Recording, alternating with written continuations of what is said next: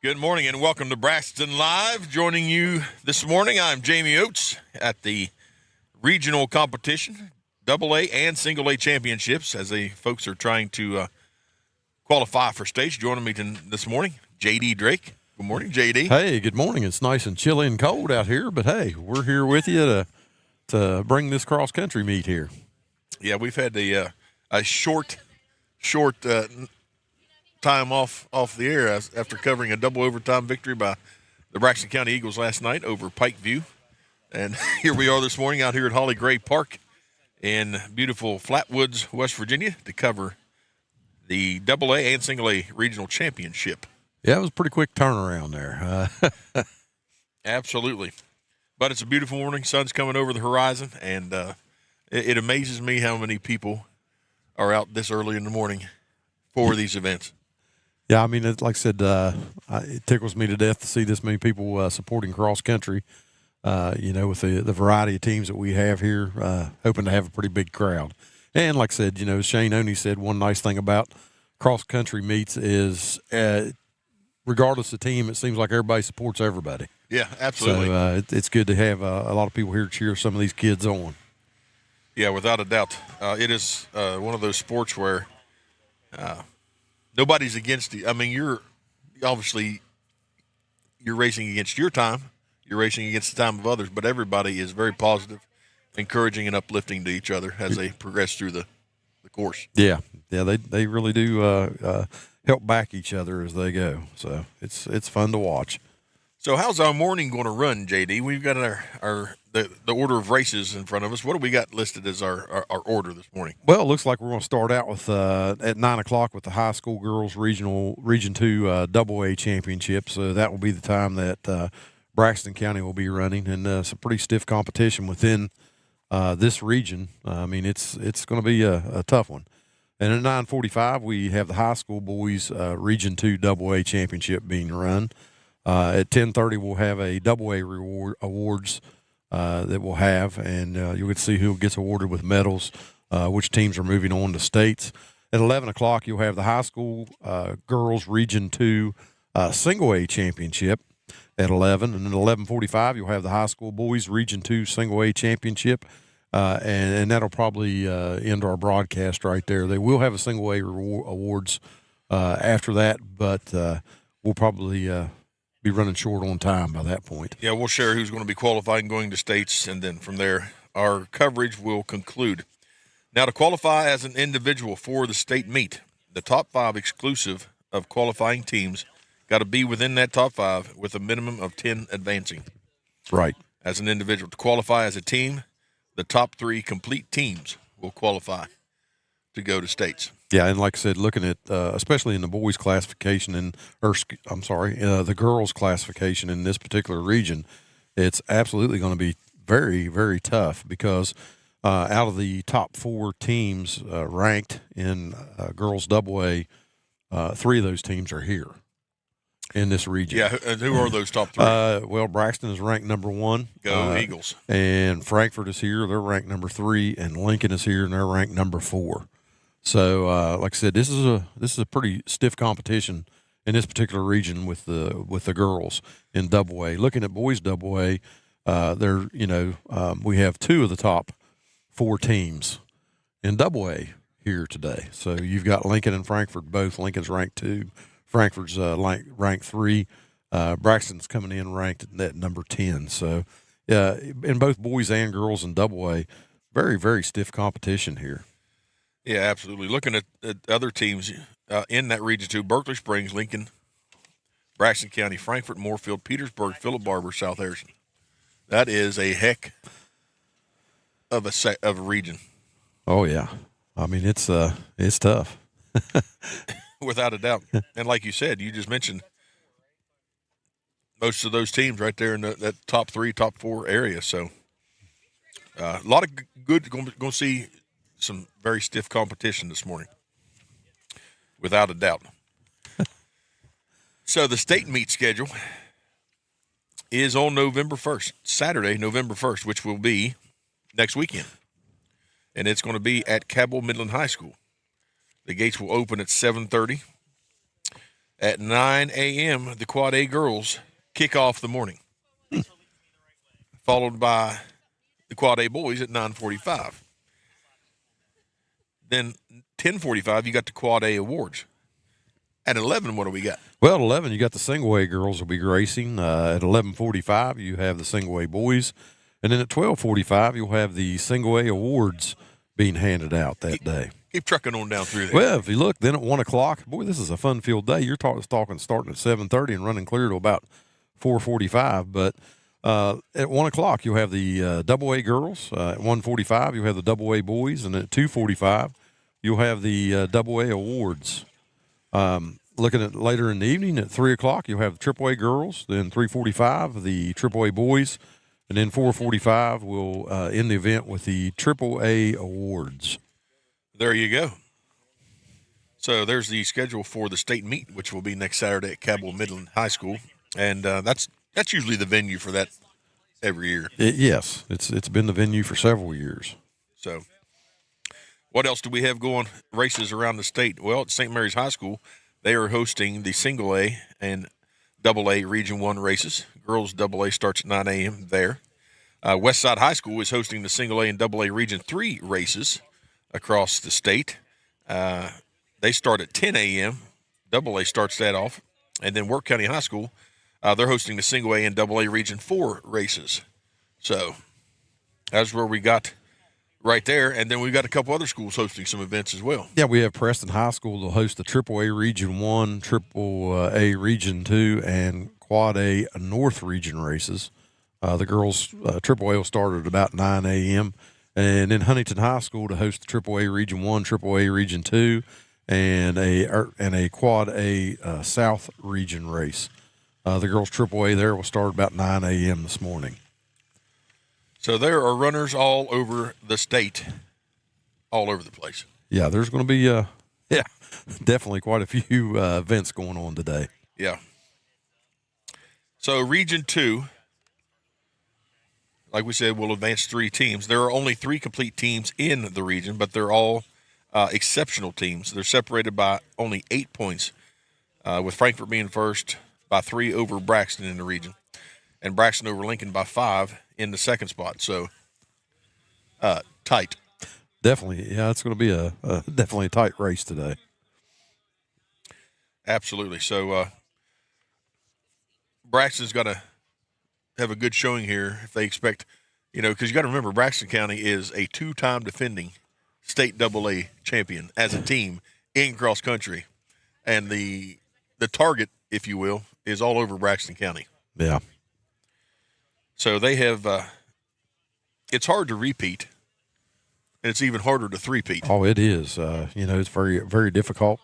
We've had quite a few girls graduate over this 2-year period. But we've had some young ladies step up and continue to compete at a very high level. So it's going to be interesting to see what happens. Yeah, it really is. So we have got some great competition here today. And we're just moments away from, we've had some kids over there practicing their start. We are about 3 minutes away from the beginning of our first race. So we're going to step aside, get a break, hear some words from our sponsors, come back, and get ready to start the Double A Girls Matchup Championship in the Region 2 right here on Braxton Live after this. Dr. Chad Lancaster, DDS, offers comprehensive quality care for the entire family. The practice handles all levels of dental work, from a basic cleaning or root canal to implants or referrals to other specialists. With a convenient location in Gassaway and a friendly staff awaiting your arrival, they can help you maintain a happy and healthy smile. The office is open Monday through Thursday from 8 a.m. to 5 p.m. Schedule your appointment with Dr. Lancaster's dental office by calling 304-364-8565. No matter how much you clean, it feels like dust is still everywhere. With your traditional cooling and heating system only having one filter, keeping your house dust and allergen free is an uphill battle. With Mitsubishi Electric's Zoned Comfort Solutions, you can breathe easy. Our advanced filtration is constantly cleaning the air directly in each room or zone.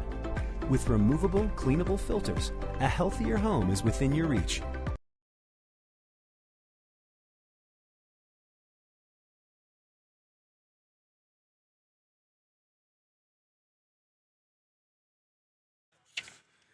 Welcome back to Braxton Live. As you see where the athletes were going to start out here, that is the starting line, and they're going to be finishing right here, down here in front of us. I mean, right in front of us. Had the opportunity to ride the course this morning, JD, and you've been on the course before as well. Yeah, I've walked the course a few times. Never run it. I've walked it. Yeah. So there's a very good view of the course, and each different section, that's a mile. So that yellow section you see, they'll come down. They'll start up here. They're starting up here behind us to our right. They're going to wrap around the stage area, come back down directly behind us, out over towards the mud bog, and then when they get to that lower right-hand corner, and it has that 90 dog leg, it's uphill from there. Yeah. As here we go, they are off. Here we go. And they are rounding the barn as we speak. Got great footage from our mobile cam. Yeah. Going to have drone footage this morning. And footage along the trail there in several spots. And footage along the trail. So very excited. And this is quite an uphill up here as well. Yeah, as you climb the hill up onto the up to the ridge to go back around the mud bog, it's a pretty steep climb as well. And then once you make that climb up out of the mud bog, then you're basically faced with Kill Hill. Yeah. And this right here, so you think, well, they're leveling out. They are a little bit. However, that entire run right there, as you can tell, is side saddling. Yeah. Which is another animal in itself, because that right leg is always lower than your left. So it's definitely an awkward run. And they have that. Not only are they climbing up the hill, coming out of the mud bog, but as they're coming up about halfway, it starts side saddling there as well. Yes. So now you're climbing and side saddling at the same time. Here you're going to see them drop down. Go get a little bit of a break after that first burn up the hill. They're going to get a little downhill action. See some participants there. Now here they get that little break. They get a little downhill here. Yeah. It's like false hope. Yeah. And all these runners know what's coming. All these runners have walked the course, have been on it, and have an idea how it's laid out. So that gives them an opportunity to kind of pace themselves and figure out where they want to push it and where they want to kind of not really coast, but not go full tilt here. Yeah. And it'll be interesting to see. Looks like we have 74-11. All right, look at that, 74-11. That would be Rayleigh, I believe Rayleigh Cochran. And once again, she is the second-ranked runner in the state. So we kind of expect her to be up front here in this race. Yeah. If you're number 2 in the state, you're pretty good. You're gonna be pretty tough. I mean, Braxton has Leah Payne. She's ranked 8th in the state. 9th is Reese Carpenter. Dropping on down to 14th is Addison Lloyd. And then Chelsea Payne, she's ranked 21st in the state. If you're in that top 25, that's impressive. Yeah, I mean, and you're looking as well. Frankfort has Frankfort High School, who's here today, also has number 3. Bailey Ferguson, number 6. Paisley Raines, and the number 19 runner in Haley McBride. So if you look at, I know the race is ongoing, but if you look at the top 10, we have 6 of the top 10 runners in the state here in Double A today. In girls. So it's, like I said, it should be a very competitive region. So what you're saying is we've got the best of the best. We do. Kind of missing out. Williamstown's in another one, but Williamstown's another tough team in the state as well in girls. Yeah, the number 1 runner out of the entire state, Cassie Seitz, is from Williamstown. Yeah. So now, here they go. They're beginning their ascent. Please keep your hands and feet inside the vehicle at all times, and keep your trays in their upright position as you ascend into the heavens. And you wonder what's going through their mind right there. They know Kill Hill's coming up. They know they've got this long draw up that meadow through the mud bog section. But I'm going to be anxious to ask them what they're thinking as they progress through this section. And there you kind of get a view of what they're climbing. It does it looks like it levels out here. It does not. Yes. They are still climbing. I know it looks as though it's leveling, but it's still an incline. Yeah, it looks like it levels there just for a minute, and it takes off again back up the hill. And like you said, it's that sad sidling again the majority of the way up there. Yes.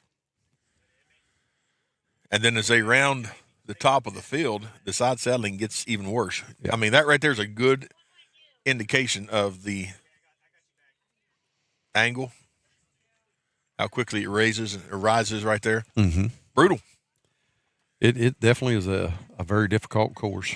I'm tickled to death to be on this trailer. Just to be honest with Me you. too. I mean, but one good thing about it, when we show this diagram again a little later, it gives coaches, it gives fans, it gives parents over a mile of the course that they can watch from one spot. Yeah. Parents can go up to that ridge and they can watch the start all the way until they enter into the woods beginning up Kill Hill. So they have a great vantage point before they have to move. yeah, and the nice thing is how it bends around too. It gives the parents an opportunity to go diagonally and get ahead of the runners to where they can cheer for them, especially at some points where the course gets difficult and the athletes need to hear people cheering them on. Right. Got a lot of the Lincoln runners in that front section, JD. There we had a nice view of 7381. That's Addison Lloyd. She's progressing up through. Addison has just recently came back into competition. She had an injury and missed a great portion of the first part of the season. Yeah. Yes, and we were hoping that she would physically get herself back into shape by this time of the year, and I believe she's well on her way. There we see Natalie Garrett for Braxton County coming up through there, and as they get ready to embark Kill Hill. Yeah, that's definitely a rough one right there.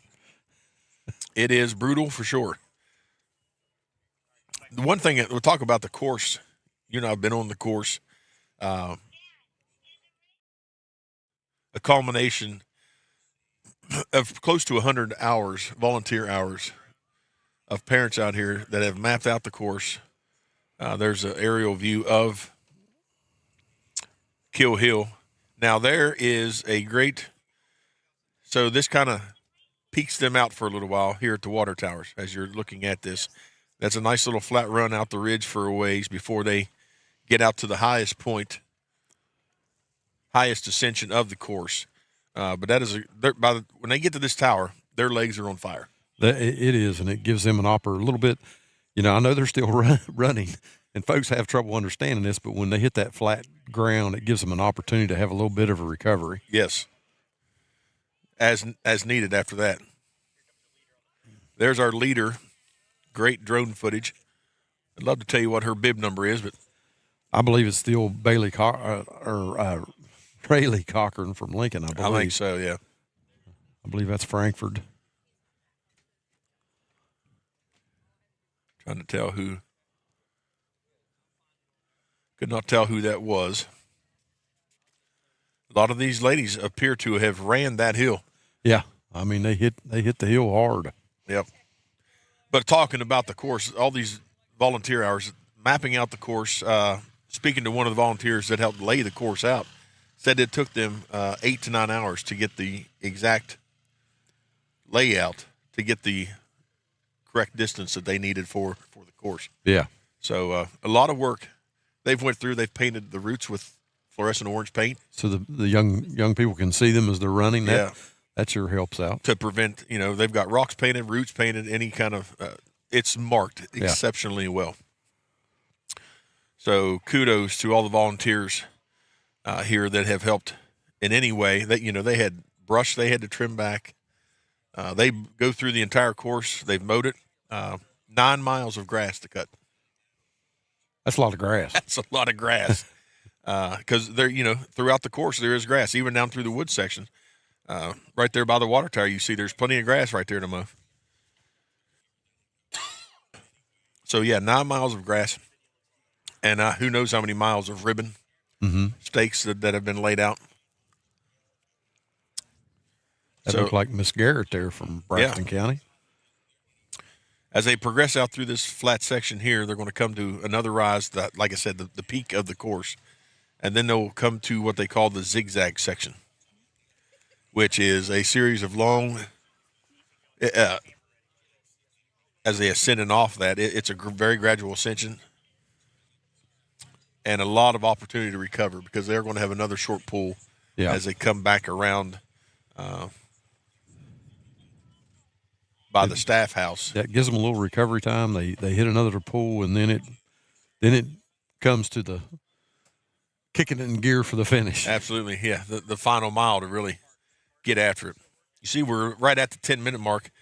Within the top 25, you're talking about a total time of around 22 and a half minutes pulling out this entire distance. That's impressive. Yeah, I mean, they it is definitely impressive.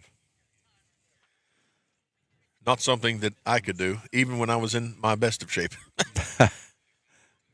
Well, looking at some of the finishers that we've had out of or at least some of the times out of Double A for some of the Region 2 ladies, you know, you've had, once again, Rayleigh Cochran under 20 minutes at 19:39 as their PR. And Bailey Ferguson from Frankfurt also has broken the 20-minute mark at 19:41. So that's impressive. Yeah, it'll be interesting to see how this turns out here as they head back toward the finish line. There is a shot of the leader out of the mobile cam. I'll tell you what else is impressive. All the work that has went to pull. We've got Starlink sitting out in the middle of a field. They've had to run Cat 6 cable, bury Cat 6 cable just to get this mobile unit to where it functions. It is not as, for what we're dealing with, this is great coverage. In an area with not real great cell service as well. So very poor cell service, yeah. So it's a challenge. It is. The crew is pretty well came up with a pretty good plan, and so far, big difference from the first time we covered an event. Absolutely, yeah. I think every year it's gotten better, so we'll continue to make improvements. Yeah, I'm sure next year will be better than this year. Mm-hmm. The course, always going to be as difficult. Yep. I believe is this the power lines where you can see them coming across the zigzags? Yes. All right. Yeah. In fact, you can see, I think, 2 sections of the zigzags there on that drone footage. There's one section, right there's 2 different sections. So you can see that zigzag section is fairly tight. Yeah. Yeah, there's a couple hairpins on that. Yes. That is a fact.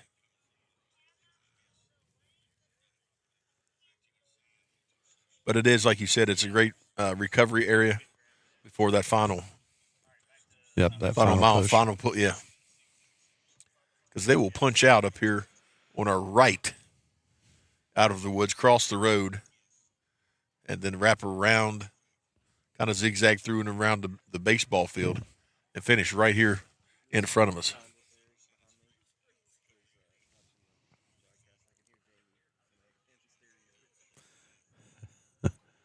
We are at the 13-minute mark.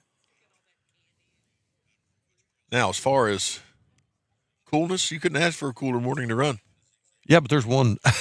I mean, I don't mean to sound negative about it, but I know in the military, when we hit those cold months and have to do that PT in the morning, that was some of the hardest physical fitness was because, boy, it just burns your lungs especially when you wake up and there's a heavy frost on like there was this morning. I think it's the day goes on and it warms up just a little bit. Then I think you'll have a little bit better running conditions as far as the lung effort because, boy, when it's cold, it hurts. It does. Of course, running this course, no matter what, hurts. But amplify that with some extremely cold air going in your lungs. And it definitely makes it tougher. You really question, is this really what I want to do here? I was riding through the course this morning with Ryan Skidmore, and he's showing me about the pace in which they're moving.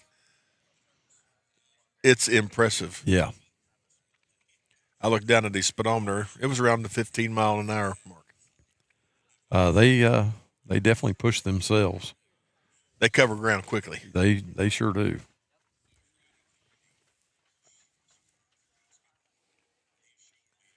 Great footage as we are still in that zigzag section. Each section is fairly long, Yeah. but you can see that volunteers have went through and blown all of the leaves off the course, Yeah. other than what fell last night. They were. And like I said, that's awesome because it gives them a clear view. I mean, because it's not like we're running on a track. Exactly. I mean, this is out through the woods. There's some gnarly roots and everything else through there, and it gives those girls an opportunity not to get an injury. That's what I like about it. Yeah. I didn't know they painted the roots like that, like you talked about. Now that's taking great care of the course that you're putting these young people out on. Yeah, roots have been painted, arrows. You can see the ribboning down through the woods. Mm-hmm. It is laid out exceptionally well. There's absolutely no way a runner can get off course. Yeah. They should be. There was an example there. You see some roots and rocks painted. Even they have flags scattered out throughout the course. Just a well laid out, well marked, well mapped course. They should be popping out here toward the finish line here in about 4 minutes.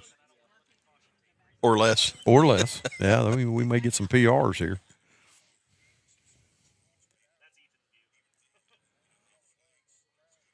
We got some mobile cameras out there.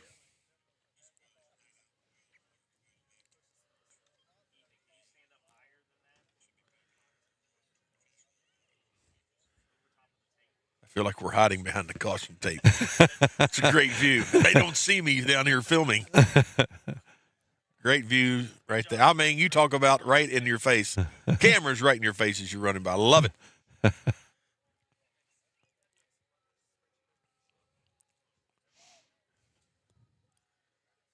It takes a lot of work to get set up to where you can have mobile cameras in the middle of the woods. It definitely does. Connectivity is a very big issue. Absolutely. There you're overlooking the pond where they punch out at the end of the zigzag section.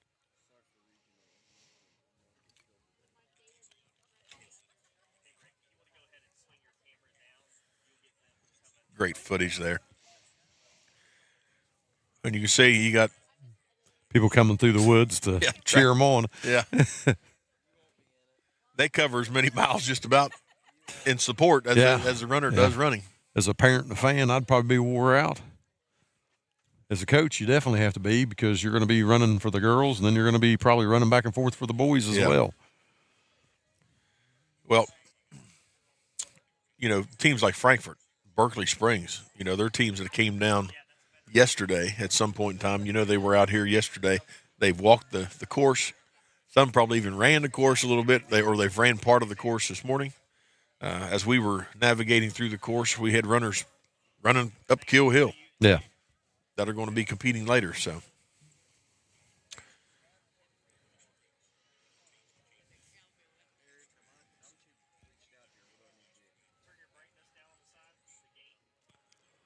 that camera footage there, you can see mobile. Here we go, going uphill to catch some of the runners. That looks like our leader right there. I believe that is Riley Cochran for Lincoln.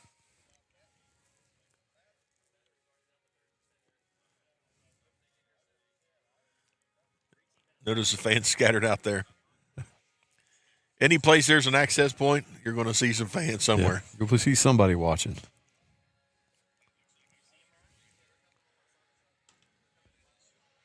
Nice to see Mr. Sean Crow out here supporting the Braxton County Eagles. A lot of people out here this morning, JD. Oh yeah, they're scattered down through here to cheer them on as they come through the finish line.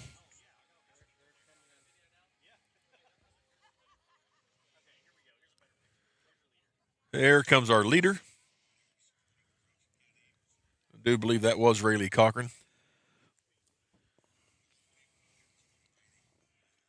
So she has quite a lead, quite a gap from 1 to 2 right there. Looks very similar to when she ran here for the Braxton County meet. Yes. Here you have a Frankfurt runner coming in second, I believe, in second place. I can't tell could what be her, Bailey Ferguson trying to find the bib number.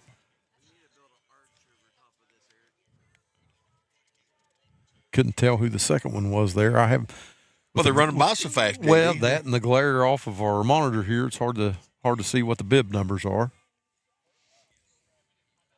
Still great footage. Yeah. Still great footage. Absolutely. One thing about it, we'll be able to see them as they come down here around us. We most likely will, and you go out the bib number, and I'll try to find who the runner is. How's that sound? Sounds good. There comes our runners punch through into our upper right-hand corner. See the buggy leading the way.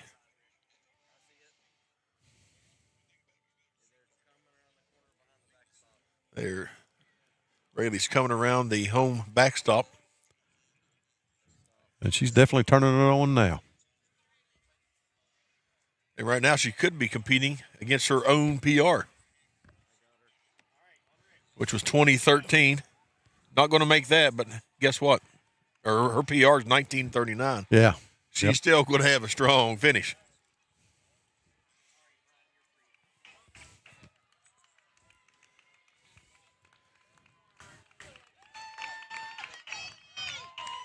And here comes Rayleigh Cochran. She is finishing strong.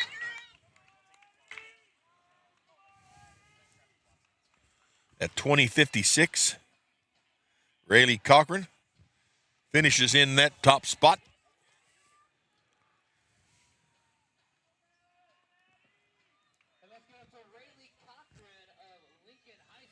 Here comes our second place finisher from Frankfurt, 7391 bib number. 7391 would be Bailey Ferguson.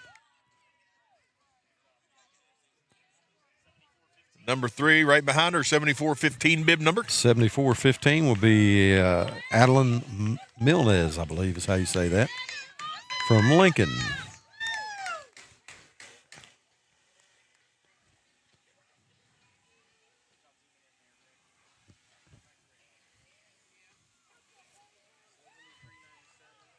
Here comes,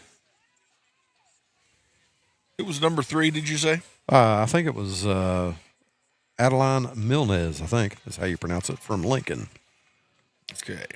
See what number we have here. This is 7397.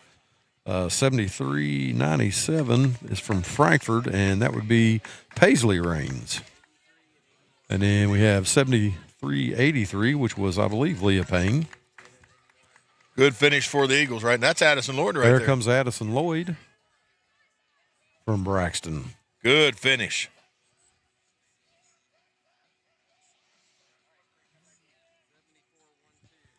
$74.12 coming up next. That would be Samantha Finch from Lincoln. Lincoln finishing strong here. And her name again was? Samantha Finch.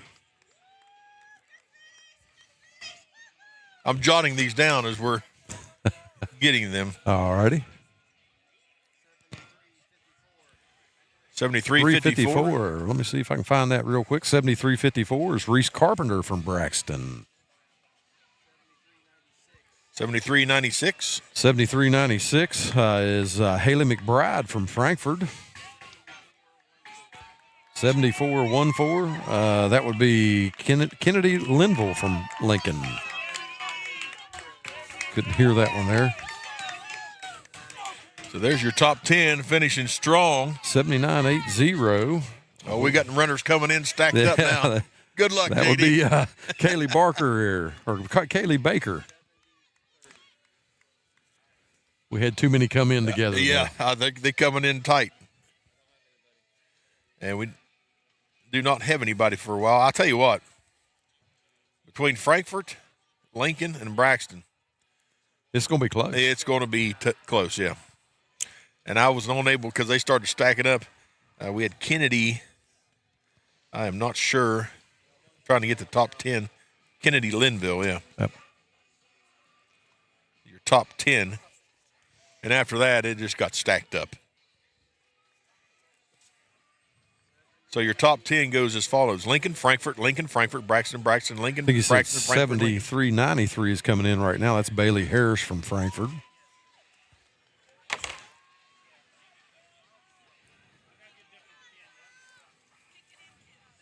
So looking good. Yep. 73.93.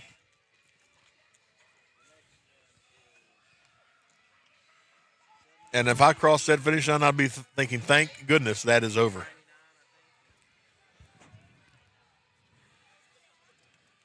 I think we have 73.99 yeah. here. We'll make sure. Yep. 73.99. That would be Hannah Umstead from Frankfurt. So I think we know which teams are going to be heading to state trials, the state tournament. Fans erupting, fans cheering. 73. That'd be 73.60 be Natalie Garrett. And we have Frankfurt right there with her. And that would be 7,400, which is Haley Yarbrough. And Alex DeHaven is coming in right behind them. And down goes Natalie Garrett at the finish line. She is out of fuel. Alexis DeHaven there.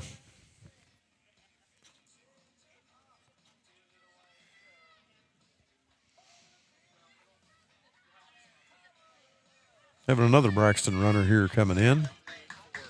73.84. That would be Avon Woods.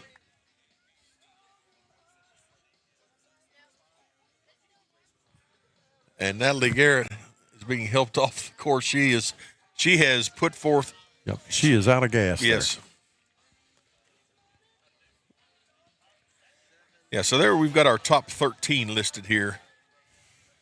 Number 1, obviously, Rayleigh Cochran, followed by Ferguson Bailey, then Adeline Milnes, Paisley Raines, Leah Payne, Addison Lloyd in the 6th spot, 7th, Samantha Fitch, Reese Carpenter in the 8th spot, Haley McBride, 9th, 10th is Kennedy Linville, 11th, Kayla Baker, 12th, Savannah Holden, and Bella Shoemaker in the 13th. That's your top 13 right there. Yeah, we just had 79.85 there. Zoe Kirksey from South Harrison go by to finish. Rayleigh Cochran's time was 20:55. The pace of a 6-minute 45 second mile. That's impressive. Yeah, especially with the elevation changes on this course. It's a tough course. It's not for the faint of heart, for sure.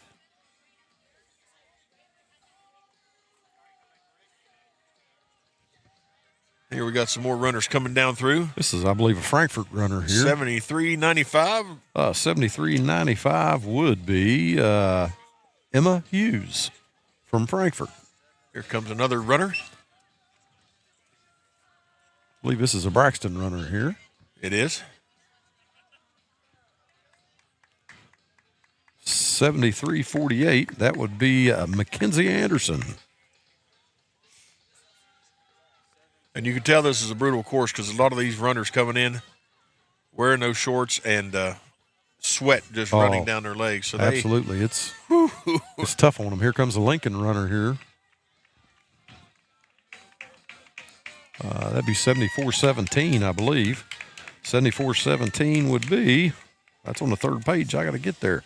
74.17 would be Annika Schumann from Lincoln. Here comes a South Harrison runner. 79.84. 79.84 would be Ella Kirksey from South Harrison. And my hat's off to all of these athletes for finishing this course. This is a brutal course.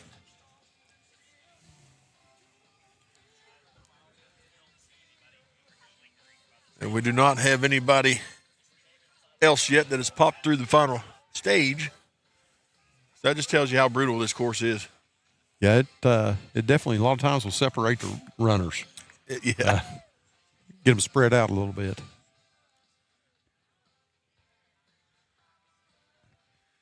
We will try and catch up with our top 3 finishers here momentarily once they have got their wind back. Got their wind back, yeah.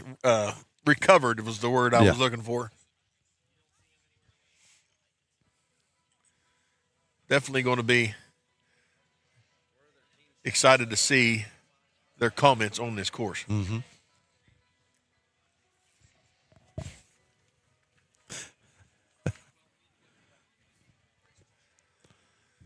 As we still have some runners lingering, it's great to watch the encouragement of everybody cheering these runners on, like you talked about earlier. Yeah, and they'll stay right here and cheer until just about the majority of all the girls are through. So it's nice to see that. And then many are going to stay to cheer their teammates on as well. Oh, yeah. For the boys' races. Because, like I said, at 9:45 will be the single A or the double A boys championship. Right. With awards occurring at 10:30. So, got a lot of action remaining.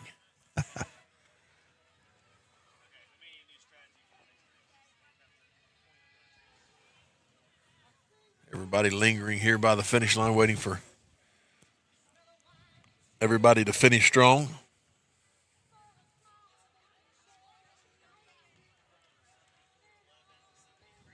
I'm not gonna lie, I'm a little cold. It is chilly out My here. Tootsie's a little cold here. Yeah.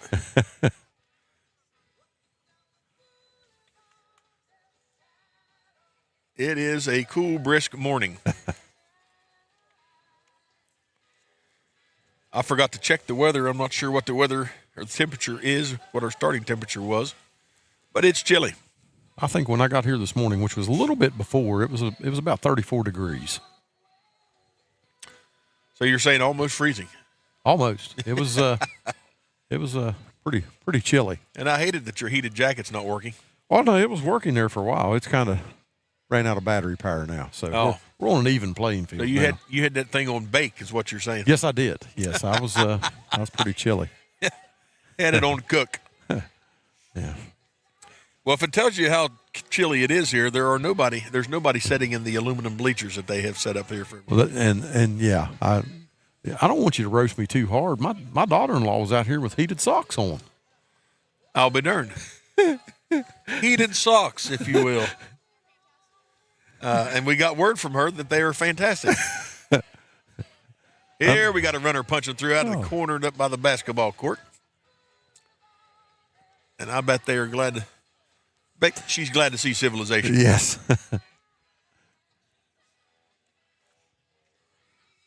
Hey, but, finishing strong. Doing something that I could not do. No, I mean, by any stretch of the means.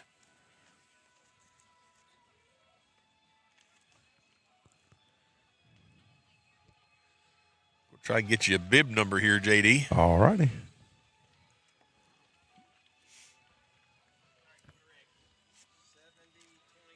$70.23. All the bib right, number. 70-23. Ah, sorry, 70-29. That would be Eva Seeley, I believe, from Berkeley Springs. Great job, young lady. Finishing strong.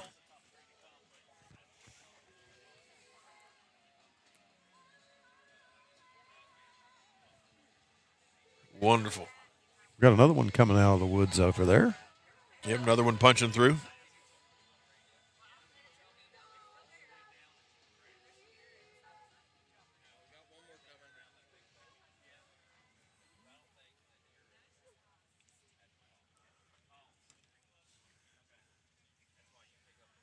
Coming around the backstop.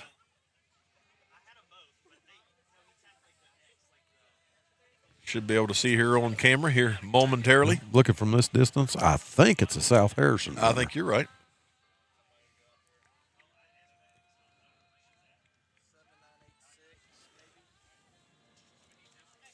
Does look like a South Harrison runner.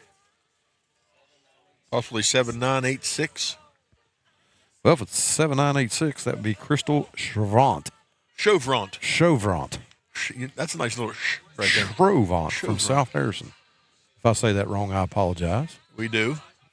But she's finishing strong. Ran with gloves on. Smart young lady. Yep.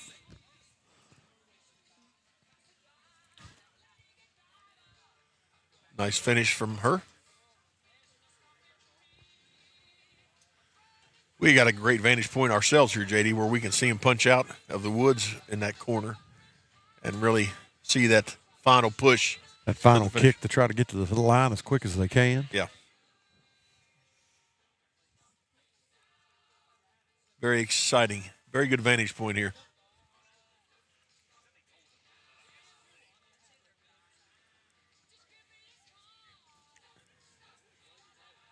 I mean, I've got to give these ladies and also the young men running in cross country kudos, because you and I both were athletes in school, football. I ran track, but most of the stuff I ever ran was short distance. I don't think I could have even done this back then. Yeah, I'm with you. This is brutal. But, they condition themselves. They run 6, 7, 8, 9. It's nothing for them to run 30, 40 miles in a week. I think the only time I ever got close to that was in military training, and that was not by choice. That was with someone strongly encouraging you. Yes, they were strongly encouraging us, yes. Got another runner that's made her way out of the woods to make that last kick.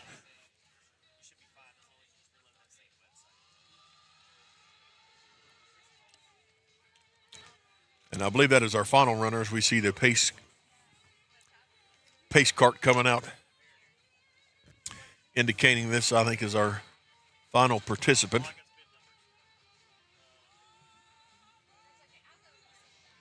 I believe this is a Lincoln runner again.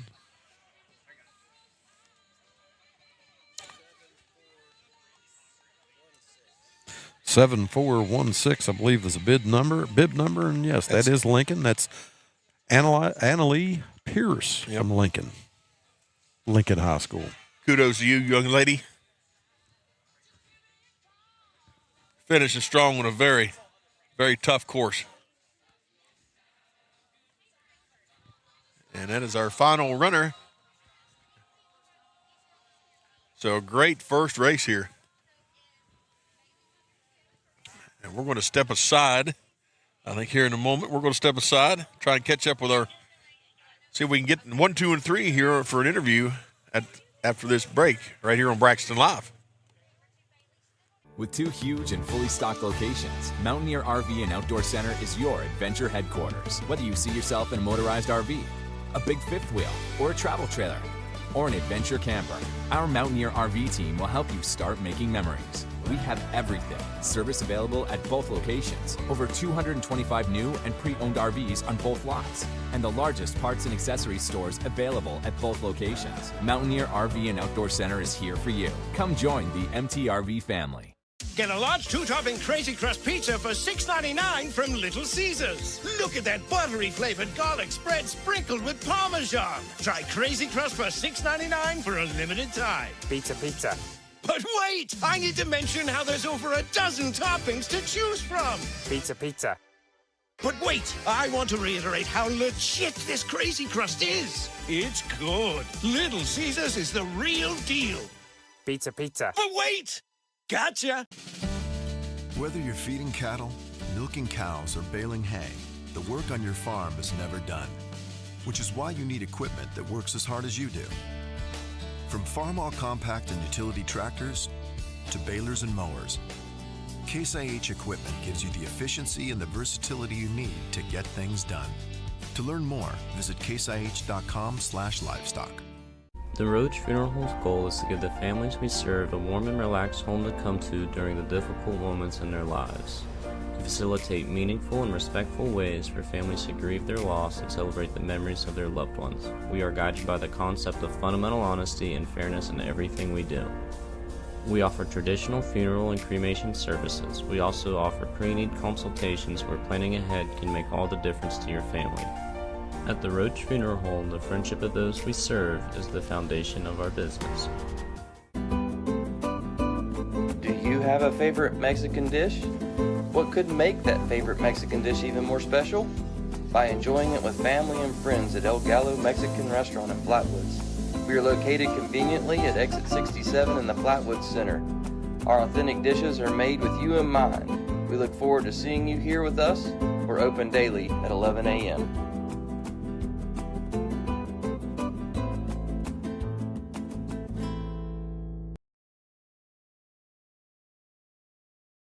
2 finisher, Bailey Ferguson from Frankfurt. Bailey, how you doing?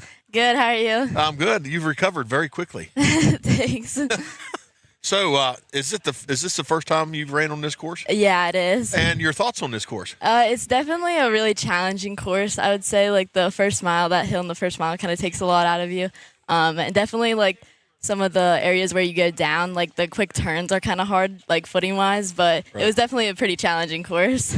So, out of all the courses you've ran this season, one of the top 3? I would say this is the most challenging I've ran at. Really? Yeah, definitely. Okay. Now, one thing this course really doesn't offer are water crossings. Is that something you enjoy, or are you glad you didn't have this morning? I'm glad I did not have a water crossing this morning, yeah. So, walk us through, what's your mindset from? Stay positive, knowing that, like, I can't kind of get into that negative mindset. Right. So I try to kind of stay positive, and our coach kind of was really good at, like, making sure we stay positive and knew, like, we've done a lot harder things that we can, like, get through the hill and all that stuff. Right. So let me ask you this. Were you able to run the entire hill? I was able to run the entire hill, Fist bump, girl. Fist bump, because there's a lot of competitors that say they have to even walk a portion of that. So yeah, it was definitely a very, very slow run, but I was able to run it all, yes. So when you got, of course, when you get to the top, you kind of peak at the water towers. When you got there, what was your mindset? My mindset was kind of just to start picking it up from there, knowing that, like, all right, I got through the hill and it's time to kind of go. How were your legs feeling when you got to that point? Definitely pretty lactic, so I was just trying to, hopefully they would shake out through the next mile, and they kind of did through the next mile. I'd say, like, the third mile honestly kind of felt the best. Right. So would you say those zigzags, because they're fairly flat, other than the turns you were alluding to? Yeah. But good recover area for you? Yeah, definitely. It was kind of hard. Some of the downs, definitely the footing wasn't great, but it was nice kind of to recover from that uphill. Right. So you punched through, you got a mile left. What was your mindset at that point? Just kind of to keep pushing, and I knew someone was close behind me, so I was trying to push as hard as I can. Right at the end, too, I knew they were close because people were yelling for somebody behind me, so I knew I had to kick at the end pretty hard. So are you one that stays fairly focused on people that are around you? Or because I've had some runners say, hey, I kind of zone everybody out, you know what I mean? And I'm kind of in my own space. Are you cognitive of who's around you, or are you? Yeah, I'd say I'm pretty kind of aware of who's around me, but definitely trying to stay just, like, kind of focused on what's ahead of me as well. Right. So I'm not sure if you've received the news yet, but your team has qualified for states. How exciting is that? That I'm super excited. Yeah, I'm really excited for states. Yeah, you're a major part in that. So thanks. So what's your training going to be like, knowing you've got this next week to prep for Cabell Midland? Have you been on that course before? Yes, I have, yeah. Okay. I like that course. Definitely better than this course. What do you like better about that course? That course, there's, like, one decent hill in the beginning, but it's not awful, and then the second mile's fairly flat, and then you get, like, a nice downhill in the last mile, so it's pretty nice. I got you.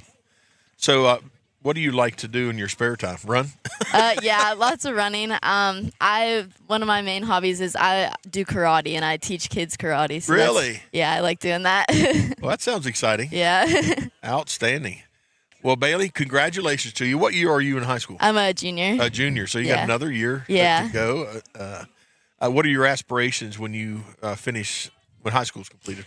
Well, I plan to go to college. I'm not sure yet if I want to go in-state or out-of-state, but definitely I still want to run in some sort of aspect, even if it's not on a team, but definitely want to run somewhere. Outstanding.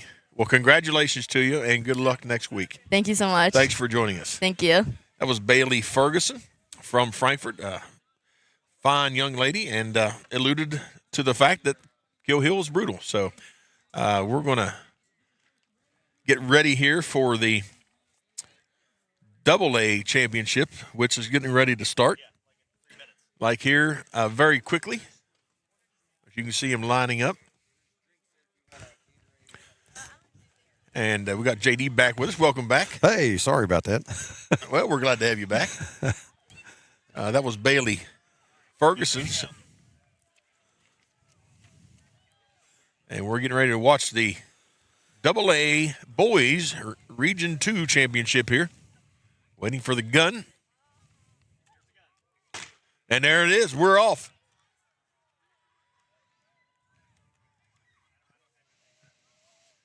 You can see Frankfurt. You can see everybody's kind of in their own group. South Harrison together. They go the Eagles tight into that corner around the barn. So, again, top 3 teams make it to the state championship next weekend. And just like that, JD, we're race number 2. Yeah, we're.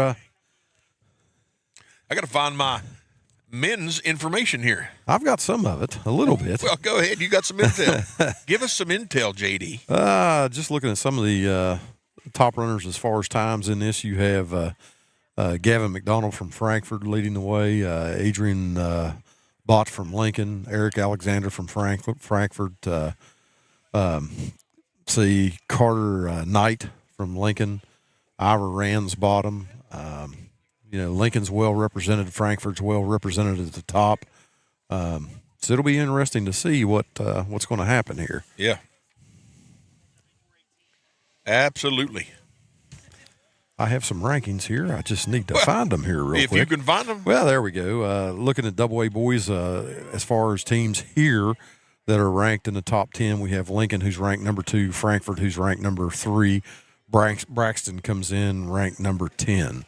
As far as the top 20 runners in the men's cross country, we have Eric Alexander from Frankfurt being the top ranked at number 5, Adrian Bott from Lincoln at 6, Carter Knight at 10 or 9 from Lincoln, and top 20 wise, then we have Johnny Jackson from Frankfurt as well. So there's some pretty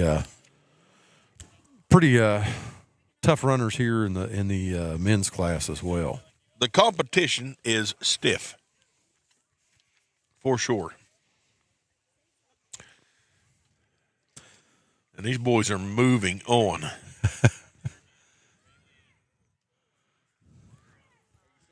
Great footage there from the drone. As you can see, everybody's still lumped up pretty tight together.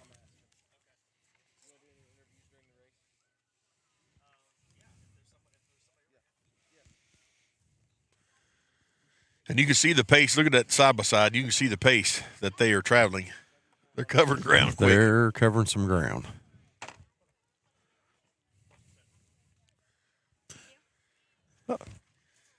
And we have got, I believe,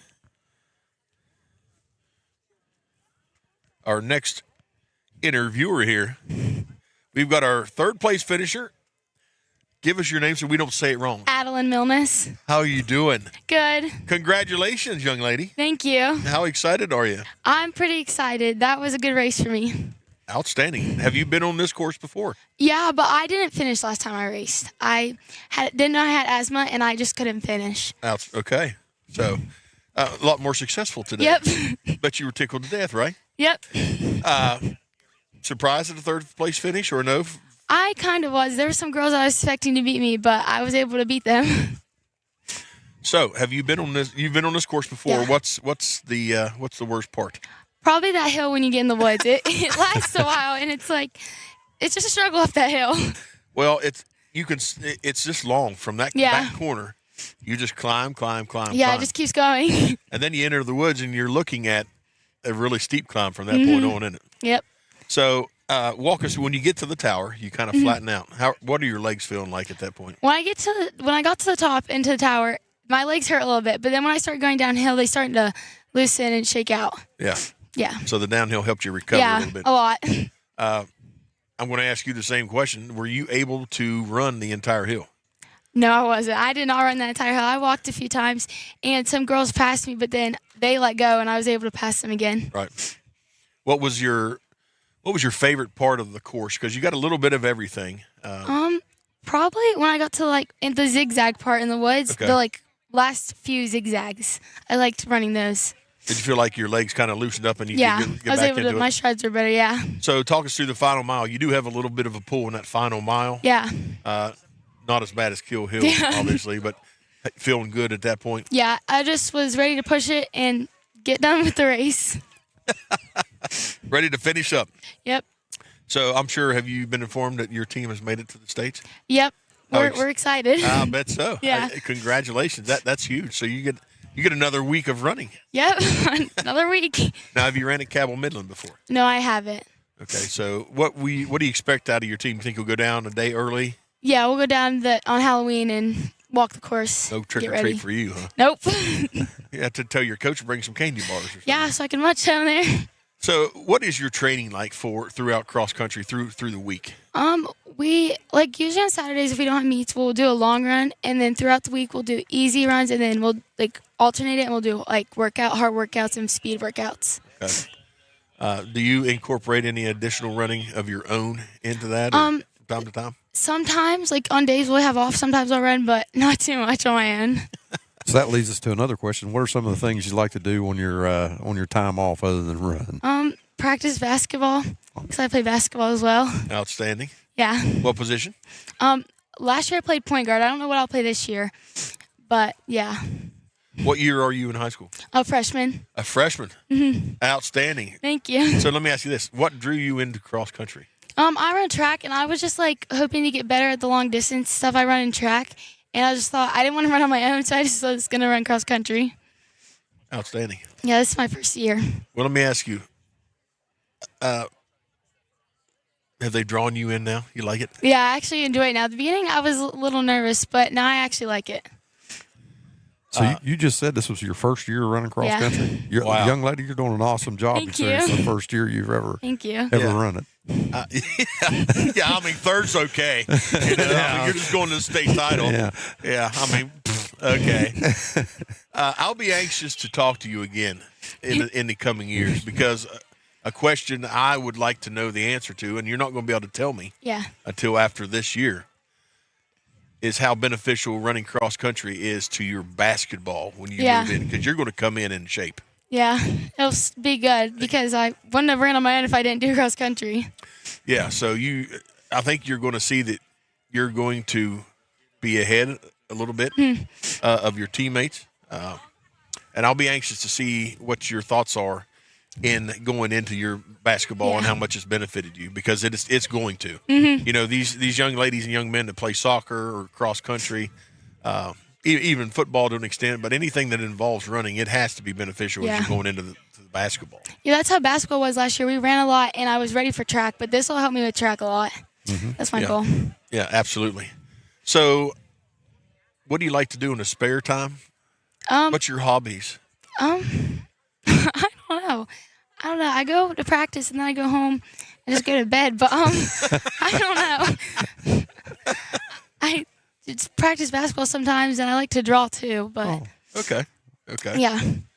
Outstanding. Thank you. So you've been drawn in, sucked in, going to probably do cross country now. Yep. I know it's early. You're only a freshman, but do you have any direction on where you're wanting to go after you finish high school? I wanted to go into cosmetology because I like stuff like that. I don't know. It just interests me. Well, you can make a great career out of that. Yeah. You know, you really can. Yeah. You know, get out, start your own business, and so nothing wrong with that, for sure. So, what's the rest of your day? What's your plans? I don't know. Probably watch the boys finish and then go out to eat, and then sleep the rest of the day. Put some fuel back in the body, right? Outstanding. Well, we are proud of you. We're excited for you, and it'll be fun to watch because we'll probably be watching the state title next weekend for sure. Thank you. Yep. Thanks for joining us, Adeline. Yes, thank you. Congratulations. That was Adeline Milnes from Lincoln.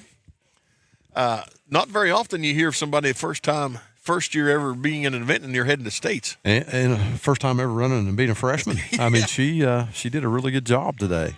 Absolutely. Tickled to death for that young lady. And it looks like we have her teammate. Is this Rayleigh? Yep. How you doing? Good. Hey, congratulations. Thank you. Congratulations. Number one, team's going to states. How excited are you? Very excited. Yeah, so tell us about Rayleigh and this course. I really like this course. I ran it earlier in the season, and I did really great here both times, and I really like it. Outstanding. What part do you not like? Probably the first mile. It's just hard. It's brutal, isn't it? Yeah. Yeah, that's the opinion we get from everybody. Yep. Are you a hill runner though? Yeah, I like running hills. Yeah. So did you make it all the way up? Didn't have to stop or walk or? Yeah, I ran the whole hill. Yeah.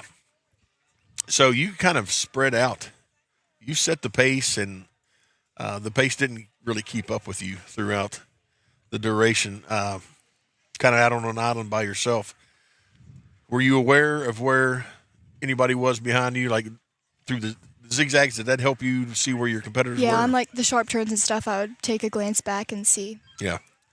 So what's your favorite part of this course?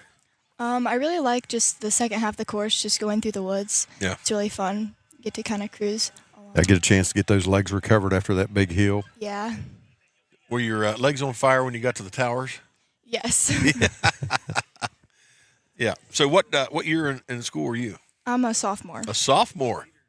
How young? What's kind of the? Because we talked to your teammate who finished third. She's a freshman. What's the average? How many seniors on your team? We have one senior and Wow. 3 sophomores and 1 freshman. Okay. Holy smokes, you're a young team this year. Yeah. So we expect to see a lot out of you guys in the future as well. So when you got the news going to States, how excited were you? Well, I think we already had it. Like, we already knew that we were going because there's only 3 full teams, but Right. we just wanted to see how good we could do. Really solidified though, didn't it? Yeah. Now, have you ran at Cabell Midland before? Yeah, I ran there last year. Okay. The rest of my team has not, though. Is it a course you like, or It's not my favorite, but it's what okay. what is your favorite course throughout the state? This is probably my favorite course. Is it really? Yeah. This or South Harrison. Okay. I've not been on the South Harrison course. I've been on some other courses, but what's your feeling on water crossings? I kind of like them. Do you? As long as they're at the end of the race. Not in the front end, right? Yeah. Probably a good morning though, not to have a water crossing this morning. Yeah. Yeah. What time? So what did you all come down yesterday evening as well, or? No, we drove up this morning. Okay. So what time did you arrive here this morning? About 7:50 or so. Okay. Since you were familiar with the course, didn't have to be here so early to. Yeah. We only walked a little bit of it. Yeah. Okay. Now, outside of running, what other hobbies do you have? I don't know. I like being outdoors a lot. I don't have many other hobbies. I Hey, you're guess. just like us. We enjoy being outdoors a bunch. Yeah. So let me ask you this: how much do you train throughout the week? I train every day except for Sunday. Okay. How many? So do you have some short days? Do you have long days? Do you? Well, we have practice after school every day, and we usually it just depends on the day. But we Right. have a long run day on Saturday, and then I do some cross training throughout the week. How long is your long run day on Saturday? We run for like an hour and a half or so. Jeez, whiz. About how far would that be? Would you say? 9 miles or so, sometimes 10. Wow, that is crazy. Feel pretty good after that, or done for the day? No, I'm used to it, Yeah. I guess. How long have you been running? Since 3rd grade. I did like Girls on the Run and stuff in Outstanding. elementary school. Outstanding. So what's going to be the rest of your day? Well, we'll probably cheer on the boys, and I think we're going out to eat. So Outstanding. You're just going to get one of everything off the menu, right? Refuel that energy, right? Well, we got to ask, what's your Oh. favorite food? probably Mexican food. Really? Yeah. All right. Is that where you're going? I'd have no clue where we're going. Do you get to pick? Probably not. Well, you're the number one finisher in this competition today. You should get to pick. Yep. Yeah. Well, Randy, congratulations to you. Thank you. We wish you the best next week, and just have a great time representing your school in the state competition next week. Yep. Thanks. Yeah, Yes. thanks for joining us. Thanks for joining us. Congratulations. Thank you. That was Rayleigh Cochran, a fine young lady, and I'm sure going to do well next week at the state competition. Well, I'll tell you one thing, Lincoln is definitely a young squad then. Yes, they are, and they're going to be solid for the next few years. Oh, yeah. So, got to meet the top 3. So, again, folks, the top 3 teams from this competition going to the state meet at Cabell Midland, Frankfort, Lincoln, in Braxton County. Yeah. So I wonder what their training will be like next week, prepping for the state title. Well, I'd say be some running. Pretty much what they do all year long. Stick with what they've done and see how it turns out. Yeah. Definitely some stiff competition out there in that state title meet. I noticed that she said, Riley said she liked hills, but then didn't. And that's one thing about South Harrison course too. It has some hills in it. Yeah. Whereas Cabell Midland tends to be a little bit flatter of a course. Here come the leaders in that back corner at 15 and a half minutes. Woo-hoo, they are moving. They sure are. That's about how fast I ran it in high school. On a four-wheeler. On a four-wheeler. Yeah, boy. See, I can make that joke because I'm in the same boat. I mean, Yeah. Very exciting here. I was not a big fan of distance running. I hear you. We got to get ready for our bib numbers here. I'm to see who's in the lead. If they come across quick, it's very difficult to get them out there. Yeah.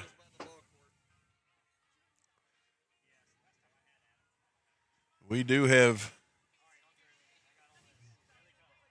people cheering on. You can hear with these headphones on. Oh, you can. That looks like a Frankfurt runner out front. Not sure of a bib number yet. But he is cruising. I mean, I'm just looking at the pace he's coming around, and that side by side is smoking down through there.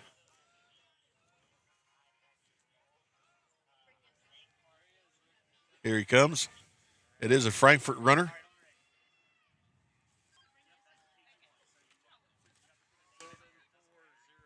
Looks like 7408. 7408 would be Gavin McDonald. And man, he is clicking. Yep.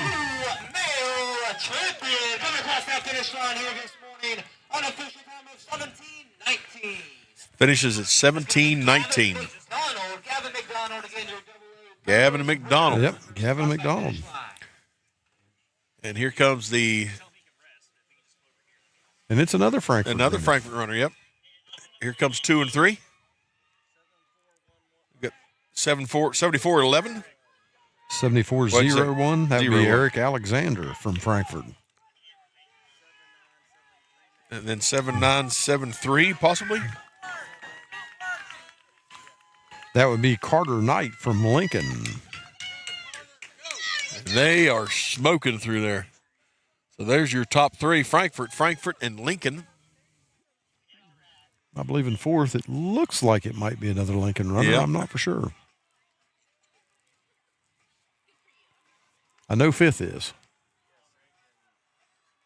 Yep, fourth and fifth are Lincoln. And then Frankfurt looks like in a sixth spot. Mm-hmm.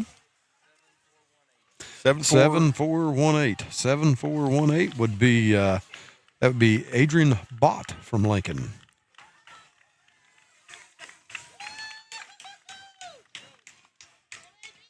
And he doesn't even look like he's sweating. No.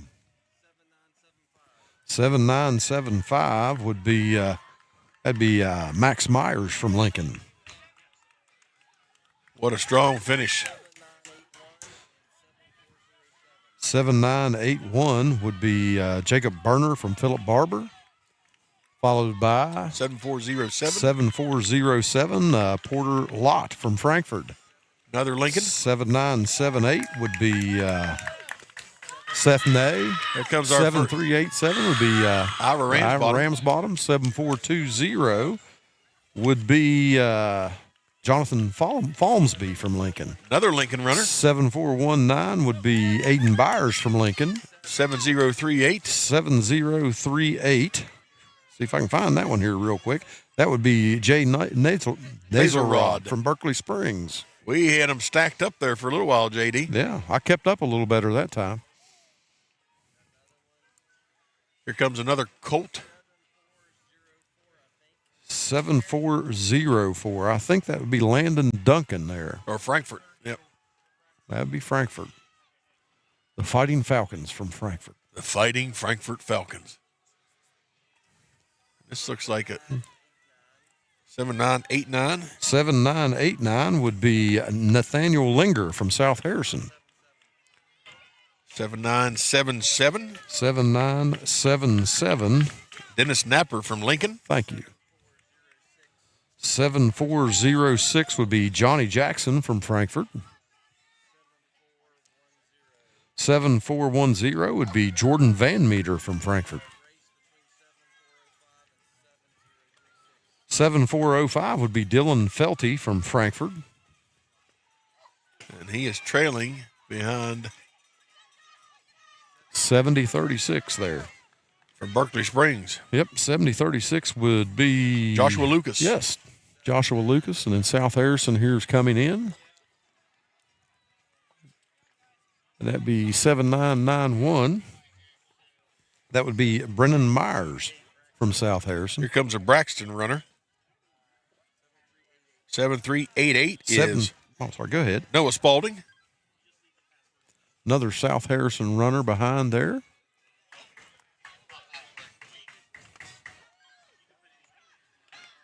I'll try and get you a bib here. 7992, I believe. That would be Drew Skidmore. 7031, JD. 7031 would be Haven Aller from Berkeley Springs. And then we have 7389, Braxton County. That'd be Jamie Spurlock.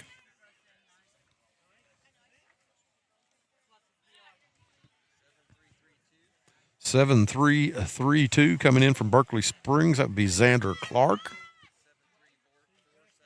7347 would be Josh Walls from Berkeley Springs.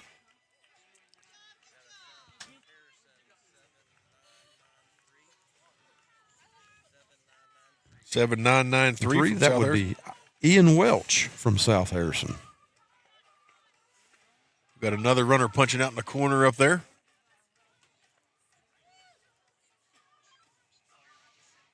Comes one around the backstop. Yep.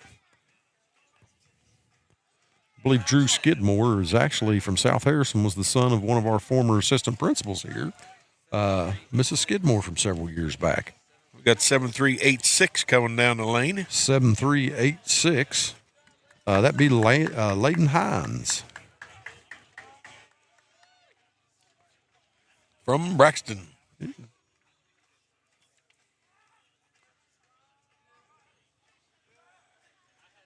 What a pace for some of these guys. You can see on there Gavin McDonald with a time of 17:19 and 17:54. Eric Alexander. Comes another Braxton runner. 73:90. Yep, 73:90. That would actually be Connor Tennell from Braxton. Here we got three more coming around the baseball field. I can tell one is South Harrison. I think one might be Berkeley Springs, and one might be Braxton. Yeah.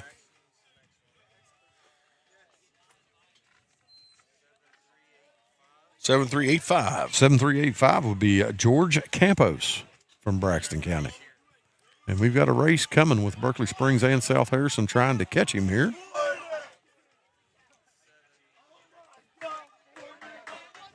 Yep, and he's going to overtake him. Yep, 7337 is actually Liam Stewart.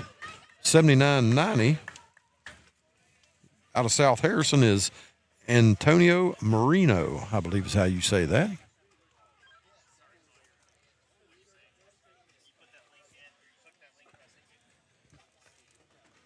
I was wondering why I was having trouble reading these numbers, JD.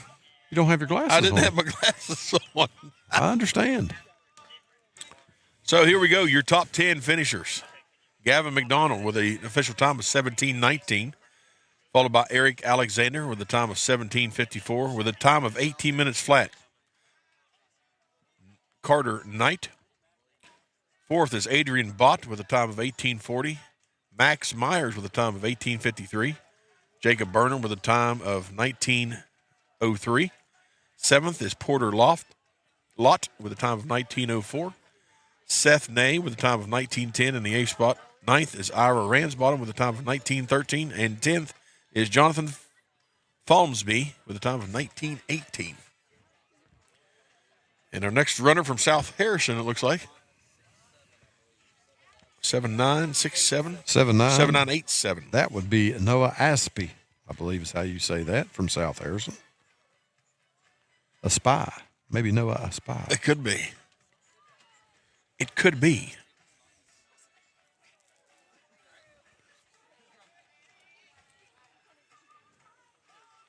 Impressed with the finish times of these young men. We still do have a few runners out there on course.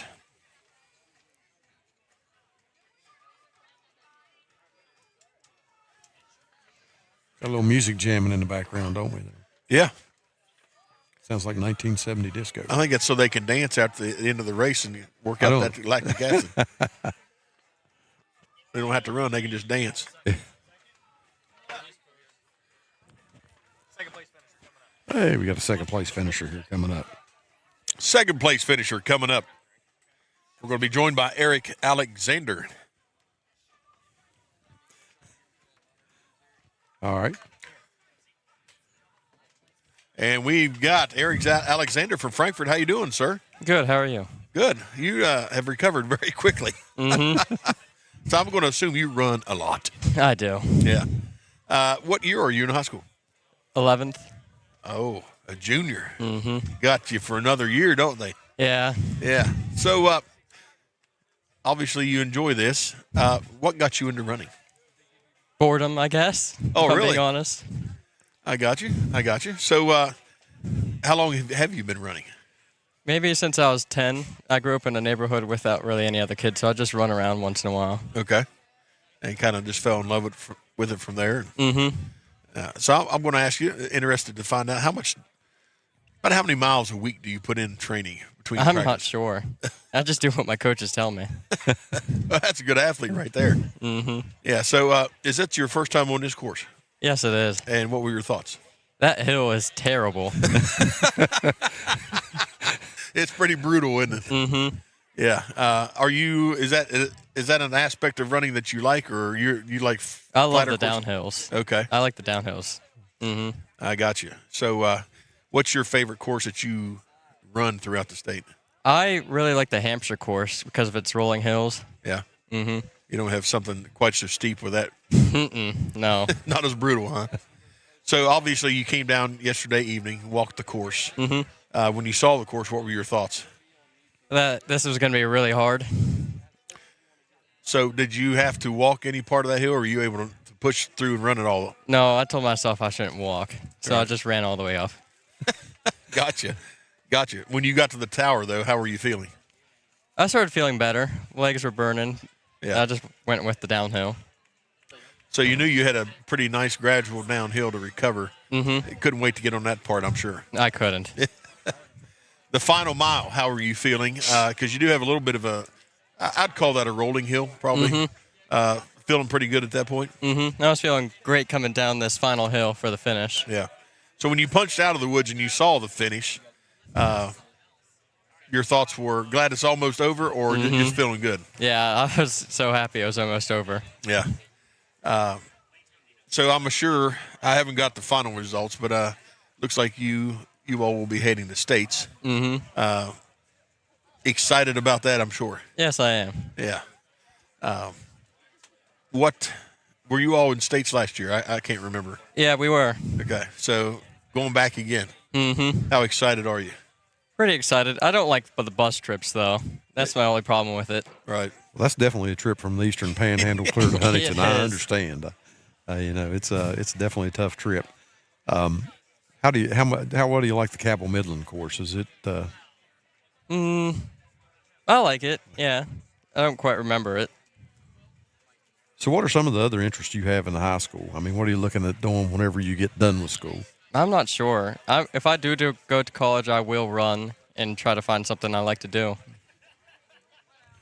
So we've been to Frankfort several times, JD and I. I got knocked out there in a football game one time, a long time ago. He may not remember being there. Yeah. It's a beautiful town. Mm-hmm. Right in the heart of Appalachia. Mm-hmm. But there is not a lot to do over there. There is not. What do you do for fun in your spare time? Run, go out with friends and eat at like little stores, basically. Yeah, there's a great restaurant there in town that I've ate at several times. What's it called? I would love to tell you that. I knew you were going to ask me, and I can't remember. I know where it's at, though. But it's just a nice little town, for sure. Now, do you get involved? Do you fish any? Or I used to fish with my dad, but we stopped that since I started running. I got you. So it kind of consumed a lot more of your time. Mm-hmm. Outstanding. Unsure of college when you get done? Yeah, I don't know yet. Well, you got some time. Yeah. Yeah. So do you anticipate your training next week to change much in preparation for states, or just? No, just pull it back a little. Be safe. That's about it. Okay. Well, what's your plans after now that your race is complete? What's your plans now? You going to grab some food somewhere? Yeah, get out of here, get food, go home and sleep. You might sleep a little bit on the way home. I might. Because it is a pretty good journey over here. Yeah. It is. Yeah. Well, congratulations to you, young man. Thanks. Thanks for joining us, and good luck next week. Thank you. Yes, congratulations. And, JD, we got team results. They're in. Top 3 go. 2 states. We got Lincoln in the first spot with 28 points. Frankfort is number 2 at 36. Berkeley Springs with 99. And 4th is Braxton County with 106 points. South Harrison rounds out your top 5 at 110. So Lincoln, Frankfort, and Berkeley Springs heading to the state competition. And now we have another Frankfort runner. How are you doing, sir? I'm pretty good. How are you? I'm good. Where'd you finish? Because you took my iPad. I finished first. The number 1 finisher, completer. You weren't even sweating when you come down through here. No, I felt great. Yeah, give us your name. Gavin McDonald. Gavin McDonald. Gave us a nice thumbs up when he went by. Yeah, well, he's kind of doing the fingers like. Yeah, I was doing the guns blazing. So, give us your thoughts on this course. I thought it was pretty tough. It's probably one of the toughest I've ever ran, like apart from like Hampshire and Oatlands and Virginia. Yeah. It's right around there, you know. Yep. And I've asked a couple of other runners previously. This course does not have a water crossing. Is that something you're glad it didn't have, or do you like water crossings? I do and I don't. It just depends. Like it's in like a divot. I kind of like it. Or if it's flat, I like it. Yeah. Do you like it in the latter part of the race or the front part, or? Yeah, front part. Okay. So in other words, you're telling us you like hills. Not really. Not really. Hey, where you live, that's all you have.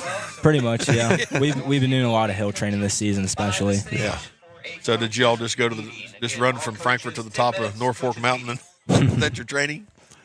Pretty essentially, yeah. That's a big mountain. Beautiful town. What year are you in college? What year am I in college? Or high school, not college. I'm a senior. Senior. Okay. Yeah. My next question was, what's your plans? You got college or? Yeah, I plan on going to college and doing like the Marine Corps Reserves alongside of it. Outstanding. Yeah. Outstanding. Kind of got her mapped out and ready to go. Yep. Yeah. What do you like to do in your spare time? Run. Run. There you go. He just likes to run. What's your plans after this? After this, cool down, stretch, get the heck out of here, go take a nap, Yeah. I heard that. Well, when you came down and checked this course out, you walked through it, I'm assuming. Yeah. Any concerns? I'm sure the hill was a concern, but any other parts of the course that you enjoyed or were concerned about as you? I enjoyed most of it. Just like the only part that I didn't like, not necessarily the hill, but like there's like the divot, like in going up the hill. Yeah. The little trench up through there. Yeah. Yeah, it's pretty treacherous up through there. As I went through the course, I noticed they painted rocks to just kind of alert you all to the hazards. Is that something you see on every course? Or? Yeah, that helps. Yeah, and I'm sure that does help, doesn't it? Because there's a lot of areas that you could roll an ankle. And really jeopardize next week, mm-hmm. For sure. So do you anticipate training next week being little bit lighter, a little stiffer? Yeah, we'll probably take it a bit lighter, just trying to like settle for states, because we're pretty much where we're gonna be in shape for states. So, with you saying that you enjoy running in your spare time, so on top, how much would you say you run in addition to your daily practice regimen? Yeah. Like how much I run like per week? Yeah, like 50 to 60 usually a week miles. I don't even like driving that far, much less running that far. What got you into running? What piqued your interest in it? My friends just told me one day that like in 8th grade, hey, I'm gonna go to this cross country meeting, and I didn't even know what that was. Right. Like I never even heard of it before. I didn't know running was a sport at all in 8th grade, and I went out and I was hooked by it, and I just started showing up for summer conditioning and stuck with it. What's your favorite part about running? The team aspect of it, for sure. Are you now, as you're running, everybody's different. What's your mindset as you're running? Or do you kind of just zone everybody out, or are you pretty aware of, like coach hollering at you or people hollering at you, aware of runners around you? What's kind of where are you at? It depends on where I'm at, like how I am mentally. Like if I'm trying to get myself engaged, I'll kind of like go on autopilot and zone out. Right. But if I'm trying to like, think about what I'm going to do next, I'm kind of aware of my surroundings a little bit more. Outstanding. This is a very mental sport, is it not? Oh, yeah, for sure. Yep. Not only trying to set a PR for yourself, but also set your team up to be successful. Yes. A lot of factors in this, isn't it? Yeah. Yep. Well, we better let you go because I think they're getting ready to do awards. And I think you need to accept your award. So thanks for joining us, and congratulations to you, young man. Thank you. Absolutely. And good luck next week. Congratulations. Thank you. Did a good job. Yes. Appreciate it. Yes, sir. What a fine young man right there, Mr. JD. Yeah. So, getting ready for awards, and we've got another quick. We're going to get another one here. This young man is from Lincoln, and we have got. Who do we have on with us? I've got one. There's my iPad. There we go. There's what I needed, some intel. Yeah, we've got Carter Knight, correct? Yep. How you doing, Carter? Good. Good. You recovered pretty quick. Yeah. Yeah. So that tells me you're running a lot. Yeah. This is not. Is this your first time on this course? No, we ran earlier in the season. That's what I thought. Yeah. Still as brutal as last time? Yeah. It was a little easier since I knew what to expect this time, though, and where to push and where not to. Right. Earlier in the season, was that your first time on this course? Yeah. Okay. Has your mindset on the course changed from the first time to this time? Nah, it's still pretty hard. It's a hard course. The hardest part probably the zigzags, right? Nah, that hill. That hill is brutal. What is your favorite course to run, to navigate?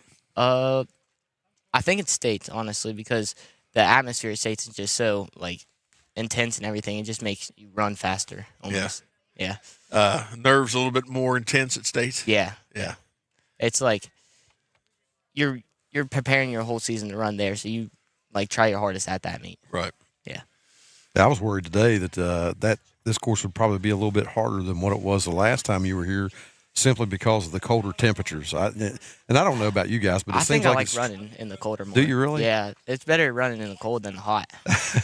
It seems to me I always struggled. I don't know. It may have just been me with when you get the colder temperatures, breathing that into your lungs, it makes it a little bit difficult as far as the respiration there. Yeah. Yeah, I like running in the cold, though. I think it's easier to, push because you're not, feeling the heat. Right. Got you. Well, you come through, and you didn't even appear to be sweating, so. Yeah, it's not hot enough. Got a pace set early, able to maintain that pace throughout the course? Yeah, I was in second most of the race until Mac caught me over there on the, field. Yeah. And then I tried to stay in third. Was your time? I think I ran about a minute faster than last time. That's what I was going to ask. Was it improved from earlier in the season? Yeah, I think it was about a minute faster than so you last time. Got to be happy with that. Yeah. Yep. So, what year are you in high school? I'm a junior. Oh, we get to see you again next year. Yep. Yeah, outstanding. So, what are your plans as you at the end of your senior season next year? Hopefully we can compete as a team again next year. I think we're going to do good this year as a team and then go to college afterwards. Try to get a running scholarship. Okay, I was going to say, you going to try to run? Yeah. Yeah, I want to run in college. So how'd you get involved in running? 6th grade, I got told I had to do a sport, and it wasn't football, so it was running. Okay. So I tried out and then just stuck with it. So it's something you enjoy doing? Sometimes. I like the desire to get better, I guess, would be the best way to put it. Yep. Understand. Well, sir, we're going to let you go because you have an awards ceremony to go to. Thanks for joining us. Thank you. Yes, and congratulations. Congratulations. Hey, good job. Fine young man, and we wish him the best as well.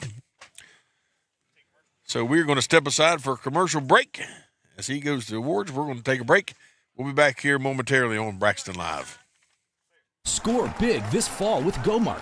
Every Saturday through the end of October, GoMart Rewards members earn triple points on all purchases. And while you rack up on rewards points, be sure to scan the QR code in-store for more ways to win.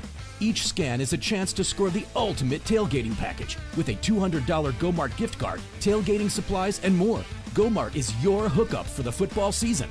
Visit the GoMart app or GoMart.com to learn more. GoMart is the official convenience store of WVU Athletics.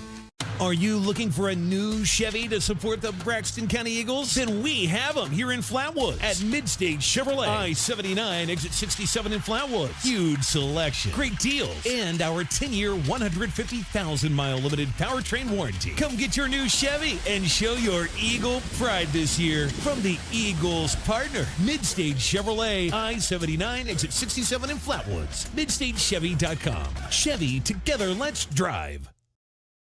Hello, this is Mike Keller, head football coach at Glenville State University. This year, Pioneer Nation is taking our show on the road across the state of West Virginia for our home away from home games. We'll be on the road at Elkview, Spencer, Clarksburg, Parkersburg, and Summersville. So grab your friends, put on your blue and white, let's pack those stands and support the Pioneers at our home away from home games. Let's go Pioneers!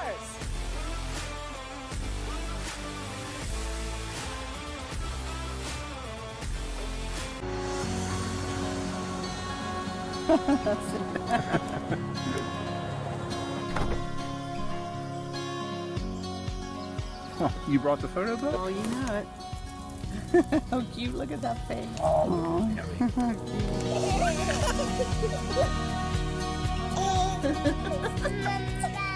Oh, what memories. Mountaineer RV and Outdoor Center, creating memories that will last a lifetime. $35 for 2 pizzas. Don't overpay. Get Little Caesars pizza deal instead. It's an insane deal, humans. 2 large pizzas for $4.99 each. Wow. Grab a slice, everyone. I cannot, for I am but a hoofed creature, forever imprisoned to a life without opposable thumbs. Bummer. Hams are the best. Get 2 large pizzas for $4.99 each. Online only. Little Caesars is the real deal. Pizza, pizza.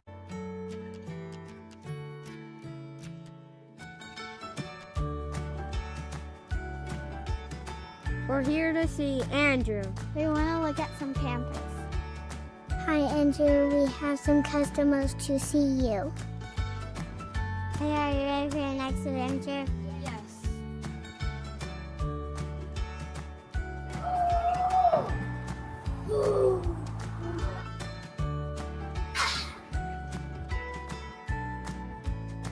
Andrew, I think we want to buy this one. Sign here and video begin.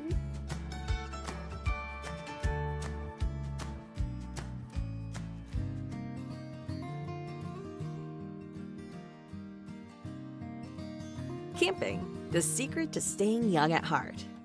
Let us make you a child again. Visit Mountaineer RV and Outdoor Center, your adventure headquarters today. For me, part-time service in the West Virginia Army National Guard looks like this.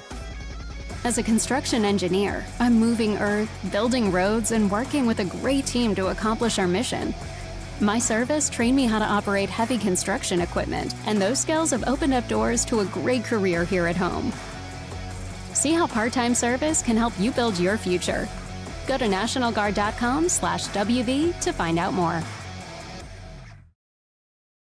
With Mitsubishi Electric's revolutionary hyperheating systems, you can keep one or every room toasty with lower energy bills and no new ductwork, even when temperatures outside dip to -13. So your home will never feel like an icebox. Right, Buster? Good boy. Mitsubishi Electric Cooling and Heating. Make comfort personal. At Case IH, we believe it's our job to provide you with solutions. That's why our Farmall and Maxim tractors, as well as our tools and attachments, are designed with you in mind. From mowing to baling to loading and more, we're here to help turn your to-dos into to-dones. At Case IH, we'll keep your days running smoothly with equipment that's durable, versatile, and highly efficient. No wonder farmers are more loyal to Case IH than any other brand. Visit your local dealer or go to caseih.com/livestock for more. I left my phone in the living room. This isn't the most efficient way for people or air to travel. Ducts produce uneven temperatures and energy loss. Mitsubishi Electric systems offer a better way with no new ductwork and lower energy bills. So everyone gets exactly what they want! Mitsubishi Electric Cooling and Heating. Make comfort personal. WVU Medicine Braxton County Memorial Hospital has been providing high-quality health care close to home since 1981. We are committed to the communities we serve and strive every day to make a difference in our patients' lives.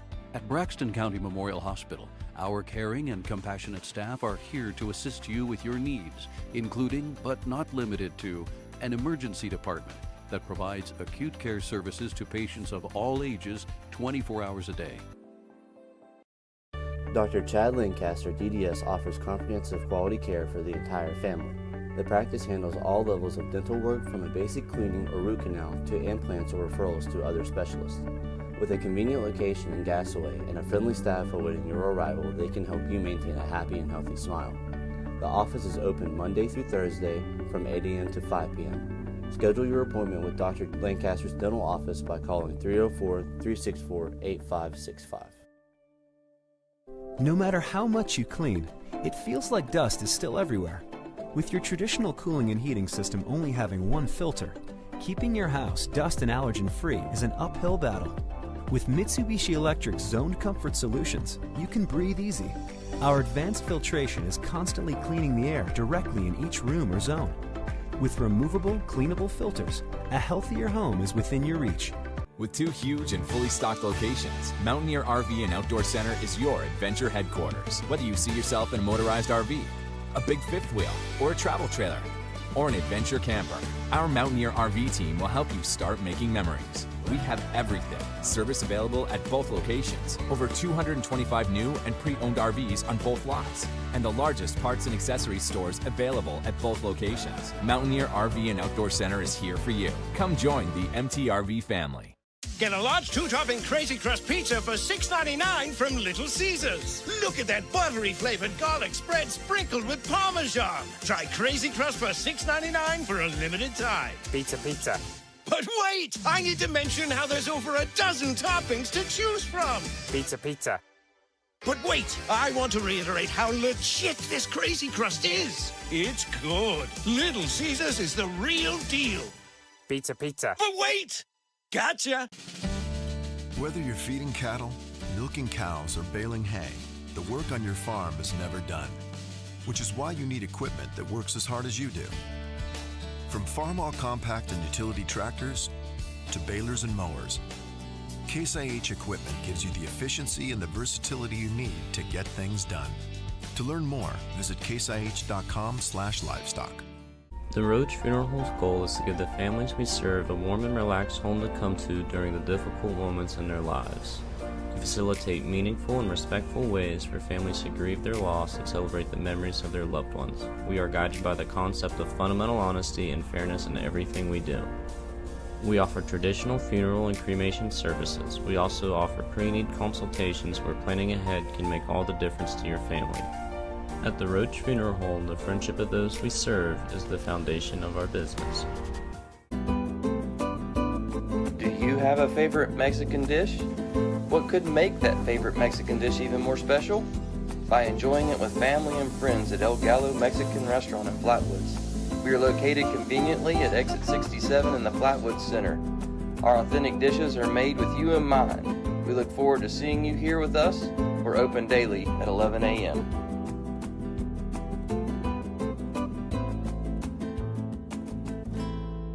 Score big this fall with GoMart. Every Saturday through the end of October, GoMart Rewards members earn triple points on all purchases. And while you rack up on rewards points, be sure to scan the QR code in-store for more ways to win. Each scan is a chance to score the ultimate tailgating package with a $200 GoMart gift card, tailgating supplies, and more. GoMart is your hookup for the football season. Visit the GoMart app or GoMart.com to learn more. GoMart is the official convenience store of WVU Athletics. Are you looking for a new Chevy to support the Braxton County Eagles? Then we have them here in Flatwoods at Midstage Chevrolet. I-79, exit 67 in Flatwoods. Huge selection, great deals, and our 10-year, 150,000-mile limited powertrain warranty. Come get your new Chevy and show your Eagle pride this year from the Eagles partner, Midstage Chevrolet. I-79, exit 67 in Flatwoods. MidstageChevy.com. Chevy, together, let's drive. Hey, welcome back to the Region 2 Double-A, Single-A championships here at Holly Gray Park. Just a real quick recap of what's happened so far. But at 11 o'clock, we're going to have basically 11 o'clock is when the next set of races will start. We'll have first the Single-A girls and then the Single-A boys to follow. Right now, as far as the finishing so far for the first two races about which teams are going to states, just want to reiterate once again that as far as girls, Frankfort finished number one with 38 points. Lincoln finished in second place with 40. And Braxton County finished in third with 48 points. Those are the three full teams that Region 2 will be sending to the states on the girls' side in Double-A. Switching over to the boys' side now. Lincoln finishes up in the first spot with 28 points. Frankfort finishes up in second with 36. And Berkeley Springs finishes up in third with 99. Those are the three teams that will be heading to states on the boys' side from Double-A, from Region 2. That will be next week at Cabell Midland. But right now, basically we're waiting just for the Single-A girls to start, which will start at 11 o'clock, and then it'll be followed by the Single-A boys. Then we'll be able to tell you who is all the teams that are going from this particular region to states. But at this time, we're going to take a break, come back, and we'll catch up with the Single-A as they run here in just a few minutes. Hello, this is Mike Keller, head football coach at Glenville State University. This year, Pioneer Nation is taking our show on the road across the state of West Virginia for our home away from home games. We'll be on the road at Elkview, Spencer, Clarksburg, Parkersburg, and Somersville.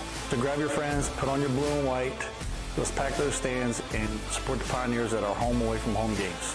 Let's go Pioneers!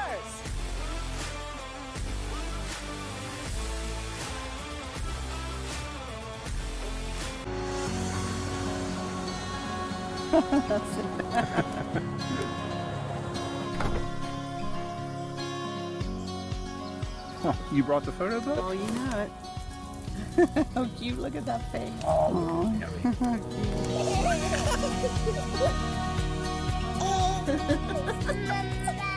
oh, what memories.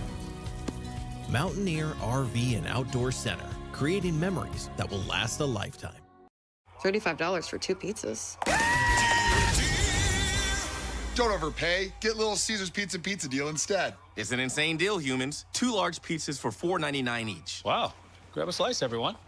I cannot, for I am but a hoofed creature, forever imprisoned to a life without opposable thumbs. Bummer. Hands are the best. Get 2 large pizzas for $4.99 each. Online only. Little Caesars is the real deal. Pizza, pizza.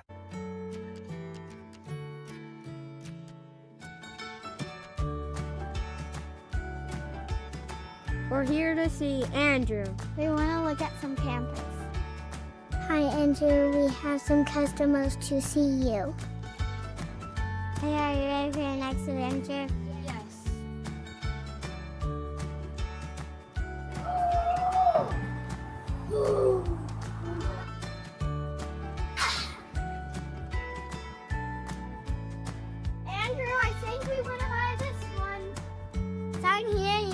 to be done.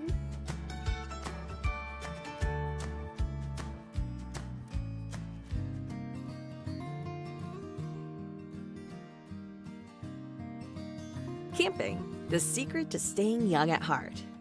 Let us make you a child again. Visit Mountaineer RV and Outdoor Center, your adventure headquarters today. For me, part-time service in the West Virginia Army National Guard looks like this. As a construction engineer, I'm moving earth, building roads, and working with a great team to accomplish our mission. My service trained me how to operate heavy construction equipment, and those skills have opened up doors to a great career here at home. See how part-time service can help you build your future. Go to nationalguard.com/WV to find out more. With Mitsubishi Electric's revolutionary hyperheating systems, you can keep one or every room toasty, with lower energy bills and no new ductwork, even when temperatures outside dip to -13. So your home will never feel like an icebox. Right, Buster? Good boy. Mitsubishi Electric Cooling and Heating. Make comfort personal. At Case IH, we believe it's our job to provide you with solutions. That's why our Farmall and Maxim tractors, as well as our tools and attachments, are designed with you in mind. From mowing to baling to loading and more, we're here to help turn your to-dos into to-dones. At Case IH, we'll keep your days running smoothly with equipment that's durable, versatile, and highly efficient. No wonder farmers are more loyal to Case IH than any other brand. Visit your local dealer or go to caseih.com/livestock for more. I left my phone in the living room. This isn't the most efficient way for people or air to travel. Ducts produce uneven temperatures and energy loss. Mitsubishi Electric systems offer a better way, with no new ductwork and lower energy bills. So everyone gets exactly what they want! Mitsubishi Electric Cooling and Heating. Make comfort personal. WVU Medicine Braxton County Memorial Hospital has been providing high-quality health care close to home since 1981. We are committed to the communities we serve and strive every day to make a difference in our patients' lives. At Braxton County Memorial Hospital, our caring and compassionate staff are here to assist you with your needs, including, but not limited to, an emergency department that provides acute care services to patients of all ages 24 hours a day. Dr. Chad Lancaster, DDS, offers comprehensive quality care for the entire family. The practice handles all levels of dental work, from a basic cleaning or root canal to implants or referrals to other specialists. With a convenient location in Gassaway and a friendly staff awaiting your arrival, they can help you maintain a happy and healthy smile. The office is open Monday through Thursday from 8 a.m. to 5 p.m. Schedule your appointment with Dr. Lancaster's dental office by calling 304-364-8565. No matter how much you clean, it feels like dust is still everywhere. With your traditional cooling and heating system only having one filter, keeping your house dust and allergen free is an uphill battle. With Mitsubishi Electric's Zoned Comfort Solutions, you can breathe easy. Our advanced filtration is constantly cleaning the air directly in each room or zone. With removable, cleanable filters, a healthier home is within your reach. With 2 huge and fully stocked locations, Mountaineer RV and Outdoor Center is your adventure headquarters. Whether you see yourself in a motorized RV, a big fifth wheel, or a travel trailer, or an adventure camper, our Mountaineer RV team will help you start making memories. We have everything. Service available at both locations. Over 225 new and pre-owned RVs on both lots. And the largest parts and accessories stores available at both locations. Mountaineer RV and Outdoor Center is here for you. Come join the MTRV family. Get a large 2-topping Crazy Crust pizza for $6.99 from Little Caesars. Look at that buttery flavored garlic spread sprinkled with Parmesan. Try Crazy Crust for $6.99 for a limited time. Pizza, pizza. But wait! I need to mention how there's over a dozen toppings to choose from. Pizza, pizza. But wait! I want to reiterate how legit this Crazy Crust is. It's good. Little Caesars is the real deal. Pizza, pizza. But wait! Gotcha! Whether you're feeding cattle, milking cows, or baling hay, the work on your farm is never done. Which is why you need equipment that works as hard as you do. From farm-all compact and utility tractors to balers and mowers, Case IH equipment gives you the efficiency and the versatility you need to get things done. To learn more, visit caseih.com/livestock. The Roach Funeral Home's goal is to give the families we serve a warm and relaxed home to come to during the difficult moments in their lives. To facilitate meaningful and respectful ways for families to grieve their loss and celebrate the memories of their loved ones. We are guided by the concept of fundamental honesty and fairness in everything we do. We offer traditional funeral and cremation services. We also offer pre-need consultations where planning ahead can make all the difference to your family. At the Roach Funeral Home, the friendship of those we serve is the foundation of our business. Do you have a favorite Mexican dish? What could make that favorite Mexican dish even more special? By enjoying it with family and friends at El Gallo Mexican Restaurant in Flatwoods. We are located conveniently at exit 67 in the Flatwoods Center. Our authentic dishes are made with you in mind. We look forward to seeing you here with us. We're open daily at 11 a.m.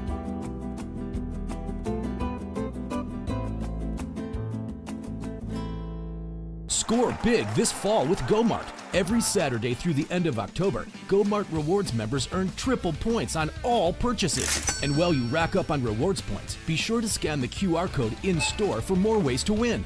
Each scan is a chance to score the ultimate tailgating package with a $200 GoMart gift card, tailgating supplies, and more. GoMart is your hookup for the football season. Visit the GoMart app or GoMart.com to learn more. GoMart is the official convenience store of WVU Athletics. Are you looking for a new Chevy to support the Braxton County Eagles? Then we have them here in Flatwoods at Midstage Chevrolet. I-79, exit 67 in Flatwoods. Huge selection, great deals, and our 10-year, 150,000-mile limited powertrain warranty. Come get your new Chevy and show your Eagle pride this year from the Eagles partner, Midstage Chevrolet. I-79, exit 67 in Flatwoods. MidstageChevy.com. Chevy, together, let's drive. Hello, this is Mike Keller, head football coach at Glenville State University. This year, Pioneer Nation is taking our show on the road across the state of West Virginia for our home away from home games. We'll be on the road at Elkview, Spencer, Clarksburg, Parkersburg, and Somersville. So grab your friends, put on your blue and white, let's pack those stands and support the Pioneers at our home away from home games. Let's go, Pioneers!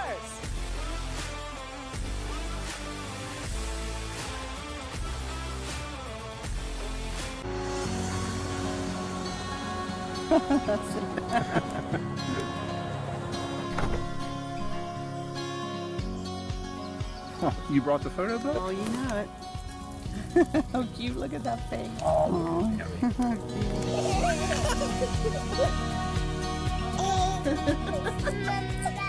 oh, what memories. Mountaineer RV and Outdoor Center, creating memories that will last a lifetime. $35 for 2 pizzas. Don't overpay. Get Little Caesars pizza deal instead. It's an insane deal, humans. 2 large pizzas for $4.99 each. Wow. Grab a slice, everyone. I cannot, for I am but a hoofed creature, forever imprisoned to a life without opposable thumbs. Bummer. Hands are the best. Get 2 large pizzas for $4.99 each. Online only. Little Caesars is the real deal. Pizza, pizza.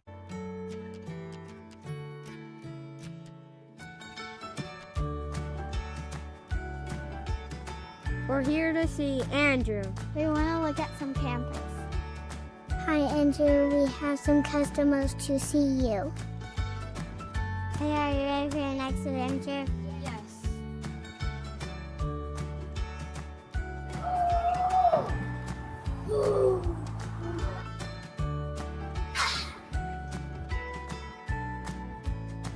Andrew, I think we want to buy this one.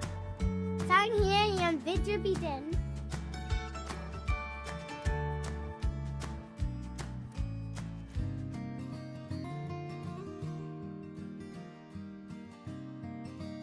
Camping, the secret to staying young at heart.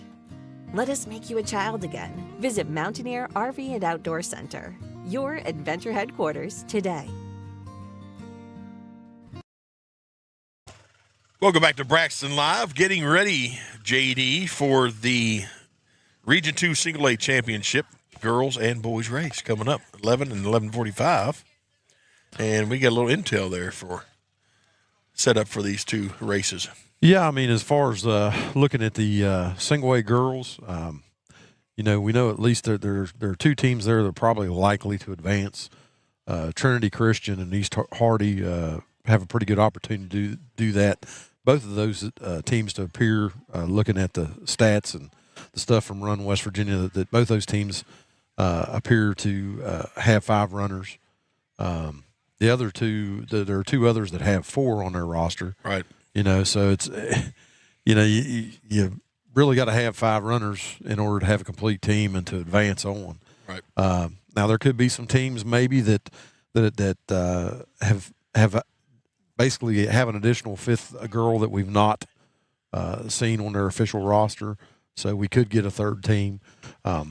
Looking overall, what I want to allude to, give them an example of that. Okay. So similar to Braxton, we had Addison Lloyd, who was out for a vast majority of the front to the mid-season before she came back. Right. They could have an athlete that's had an injury that's just now enabling them to come back, which could be that 5th member, which then would qualify them as a team. Right, which we haven't seen, like I said, on the rankings through Run West Virginia. Right.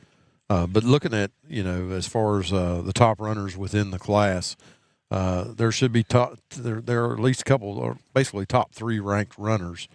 You look at Tucker County's Astoria Chase.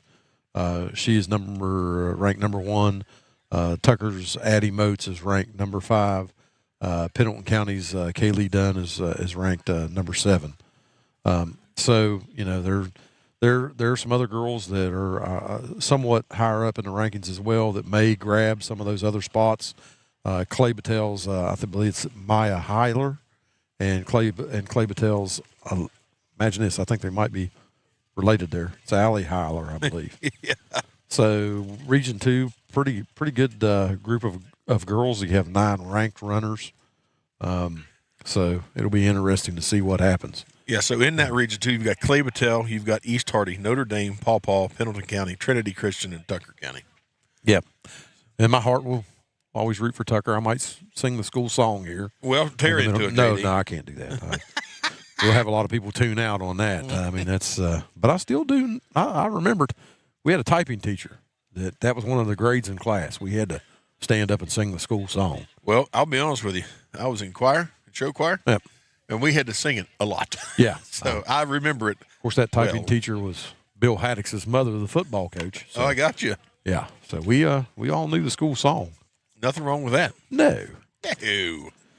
So we are in store for a very exciting AAA matchup here in the girls, for sure. So now let's talk about the boys and where we stand with the single A boys matchup. Well, like I said, just the region, all regions will advance 3 teams. Looking at statistically as far as how the seasons went, St. Mary's should probably hold the top spot, but Ritchie County's, they're close, within striking distance. You got I'm looking at the wrong one. Sorry, Trinity Christian should have control of the top spot in boys, with Tucker taking the 2nd spot. The top 2 ranked runners. Not on one of those teams is East Hardy's Jonathan Montgomery and Notre Dame's Spencer Morgan. Right. So there's at least 2 other spots up for grabs for individuals to make it to states. Some of the top candidates for those spots are Clay Battelle's Robert Victor, Notre Dame's Dakota Nutter, and Paw Paw's Taylor Carter. There you go. So there are 14 ranked runners on the boys' side in Region 2. Yeah, look at Region 1 and Region 2. You got 24 of the ranked runners in Region 1, and you have 14 of the overall ranked runners in Region 2. So those 2 regions are pretty stacked. Pretty tough, yeah, because you go to Region 3, they have 5 ranked runners, and Region 4 has 15. Yeah. So you're looking at Region 1, 2, and 4 being pretty stacked. Yeah, especially Region 1. I mean, with Ritchie, Wood County Christian, Magnolia, you got Wheeling Central in that region. So that's a tough cross-country region right there for St. It really is. It really, really is. And looking at the women's cross-country group within this region, looking at the times that have come in, Trinity Christian basically has 5 girls within the top 10 with as far as timing. So right. They look like that they're in pretty good shape as long as the girls run close to what their PR is. So it's theirs to lose. That's exactly right. Well, we're under 5 minutes to go, so we're going to step aside, catch another short break, come back with all the live action from the Single A Region 2 Championship right here on Braxton Live. For me, part-time service in the West Virginia Army National Guard looks like this. As a construction engineer, I'm moving earth, building roads, and working with a great team to accomplish our mission. My service trained me how to operate heavy construction equipment, and those skills have opened up doors to a great career here at home. See how part-time service can help you build your future. Go to nationalguard.com/WV to find out more. With Mitsubishi Electric's revolutionary hyperheating systems, you can keep one or every room toasty, with lower energy bills and no new ductwork, even when temperatures outside dip to -13. So your home will never feel like an icebox. Right, Buster? Good boy. Mitsubishi Electric Cooling and Heating. Make comfort personal. At Case IH, we believe it's... I left my phone in the living room.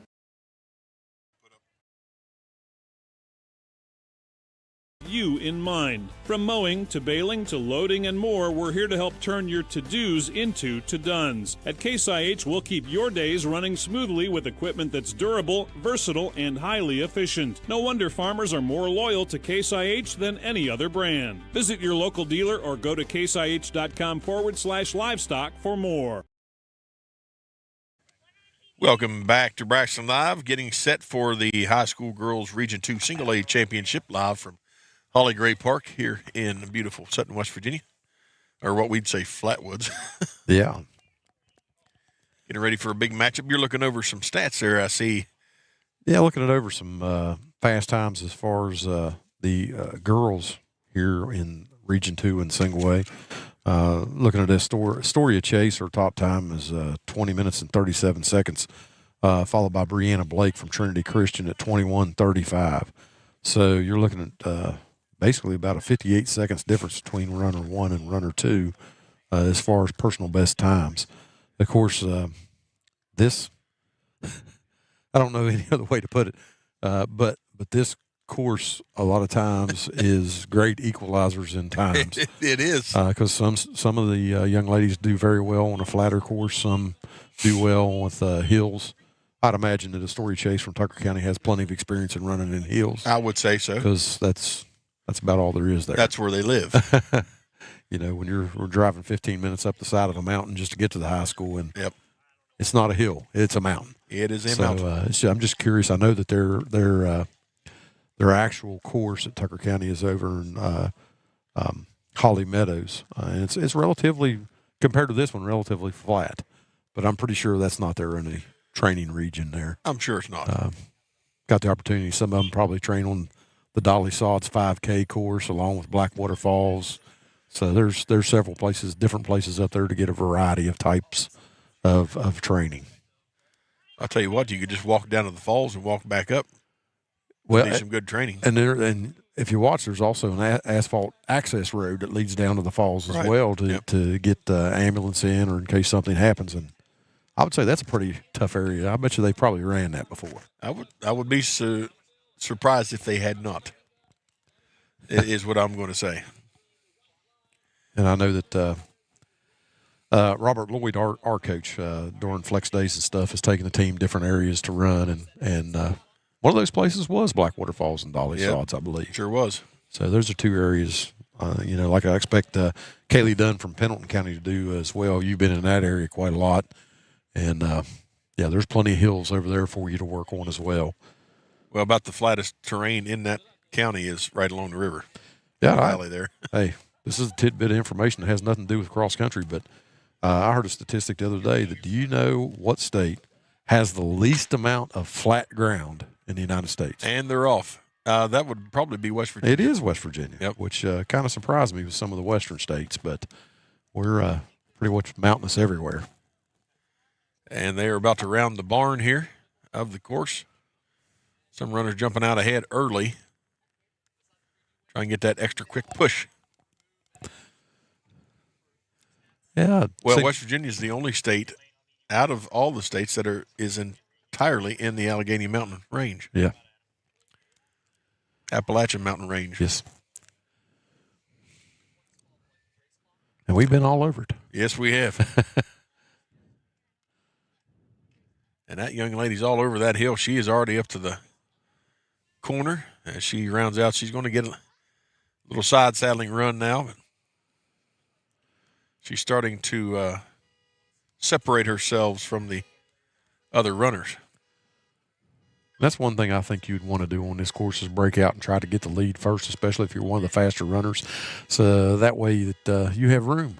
That's one less thing you have to worry about. Yep.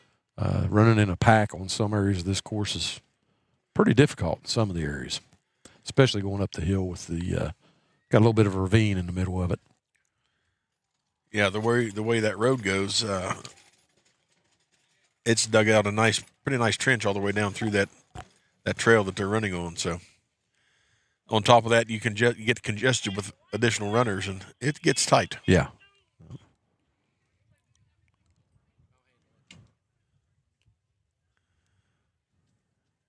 Everyone's sticking pretty well together, though.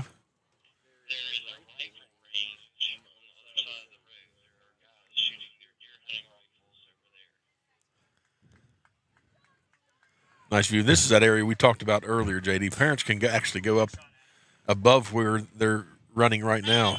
And see the start and see all the way through the mud bog and to where they enter in to Kill Hill. Kill Hill, yeah. And that's the bad part. When you hit Kill Hill, you're pretty much on your own there for a little bit. Yeah. With your thoughts. Pretty isolated. Dark thoughts. Yeah. With me, steep thoughts. Yes. It is named. It is adequately named. Yes. That's for sure. Beautiful drone footage there. So this is a nice little slight descent where they can really set a good pace. Yep. Seems like the lead's staying pretty steady. The girls in second, third are keeping pretty steady pace with that young lady now, and I believe it's a story you chase from Tucker out front. I'm not for sure. The old black and gold. You know it well, don't you? Yeah. You know it well. Alma mater, graduating class of? I don't want to say. Go ahead. 1987. 87. Class of 87. That's better than 77. It sure is. I see. You thought it'd be rough. There wouldn't be a high school there. I think it opened in 79. Yeah, so see. Yep. And the first football coach there, I believe, was your coach. Coach Michael. Yeah. He coached several places. Mm-hmm. He was a hard-nosed, old-school football coach. Yes, he was. My dad actually coached with him for a couple years there. He was a good guy. Yes, he was. Passed away too early, that's for sure. I always enjoyed him. You knew where you stood. If you did good, you knew it. And if you did bad, you definitely knew it. And he was one of those guys that he was rough, but he just wanted he wanted to get the most out of you. He wanted you to be the best you could be. Absolutely. Well, I'll tell you one thing. He could have been a cross-country coach because we ran a lot, even before practice started. Yeah, I think that was a prerequisite to every coach I had there. So, yeah. You can tell the pace is slowed down here. If you look at the side-by-side, which is our film crew, pace is slowed down a little bit. That's how you tell you're getting on that hill. This is a constant, steady ascension. And this is not anywhere. They just came up a fairly steep part, but they're climbing there. But it gets brutal as they enter into the woods. It's almost as soon as they hit in the woods all the way up to the water tower. Yeah.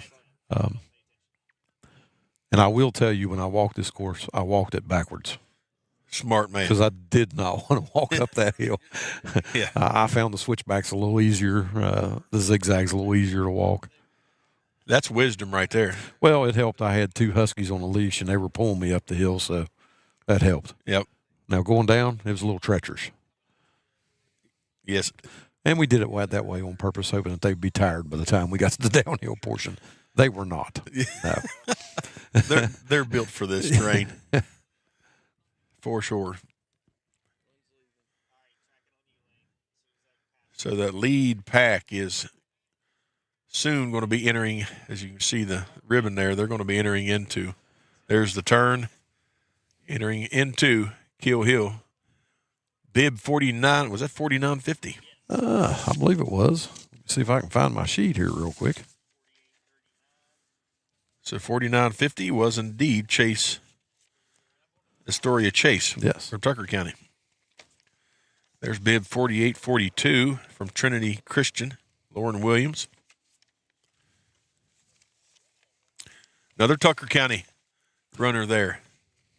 49.52, sorry. It's probably Addie. That's Addie Moats. Addie Moats is not only a cross-country runner, but I believe she's a pretty good basketball player as well. 48.41, Sephora Rhodes. If I said that name incorrectly, please forgive me. And here comes another pack, JD. So once the hill is accomplished, then these runners could tighten back up a little bit. Well, what tends to happen on the hill, I hate to say this, but a lot of times what tends to happen when they get spread out, it really starts to separate people. It does. And there's 43.58, Maya Hellier from Clay Battelle. Another Clay Battelle teammate running with her.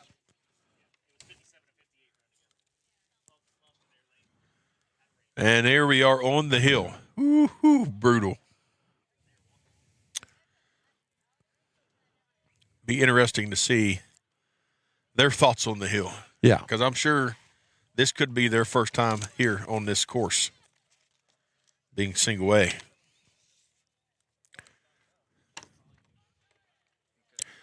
It is brutal, that's for sure. I got tired riding up it.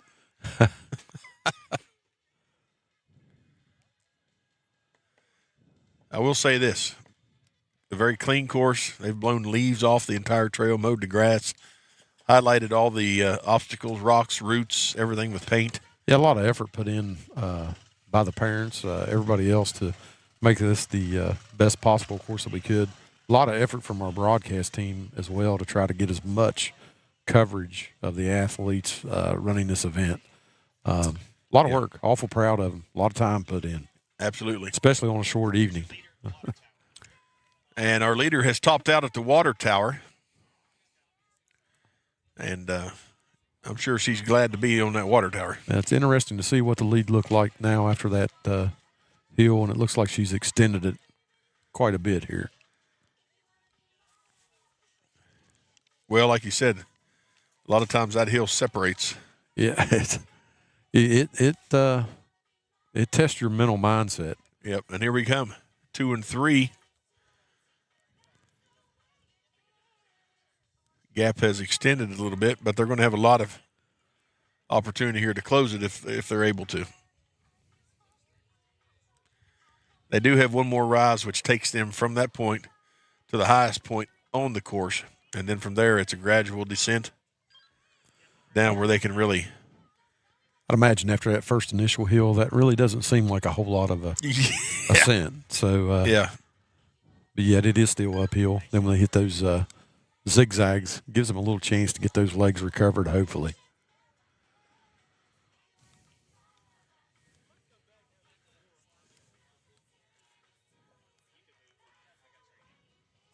I believe that was Addie Moats just went by there.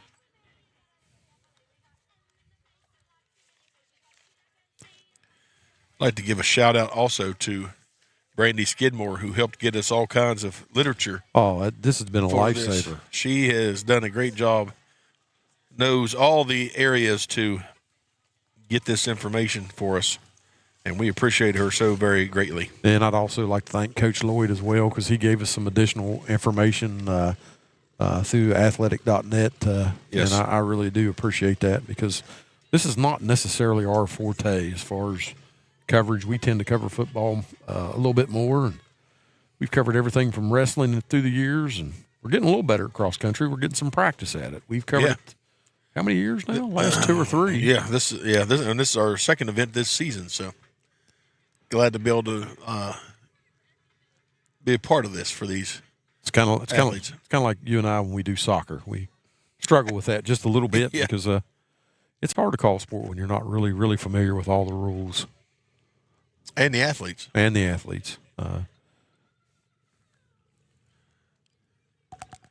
Great coverage from the water tower.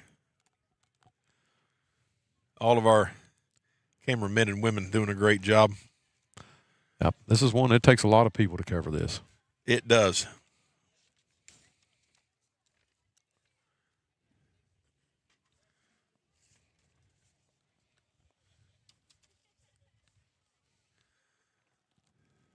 And now we're back on to the mobile camera.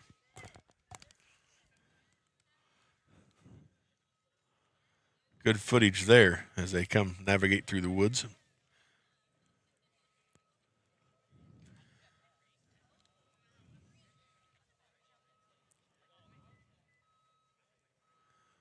That's up by the water tower. That is the water tower, yeah.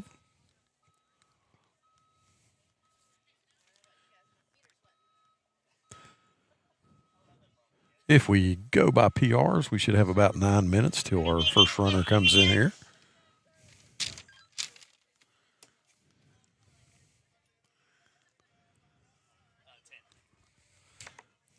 I want to give a shout out to 2 of our cameramen out in the field today. Ethan and Carter Campbell doing a great job. They have mobile iPad cameras. And they've been hard at it all morning. They have been with us all morning, and they're 10 years old and giving us some great footage. They sure have. So a big shout out to Ethan and Carter. That's the one shots that appears we were peering over the tape. Yeah. I believe those were. It was like we were hiding. Yeah, kind of looked like it. It was a squirrel view. We have world view and squirrel view here on Braxton Live.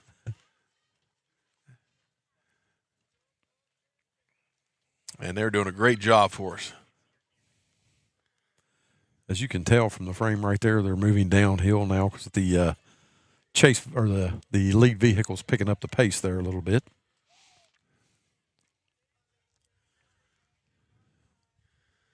Yep. Clicking along a lot faster than they were coming up by the mud bog.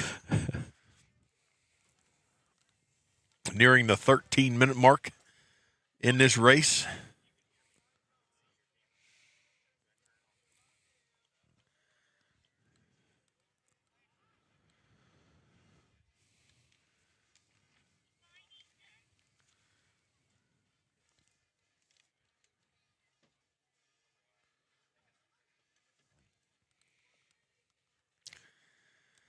And people were probably wondering what's kind of blurry coming through the woods. Well, that camera is trying to focus on about 200,000 things right there as it's moving. And it's a cell phone. So that camera is doing a lot of things right now. on a limited amount of data access. Yeah. Yeah, it's a pretty remote park out here. Also clipping along at about 12 to 15 miles an hour. So great footage.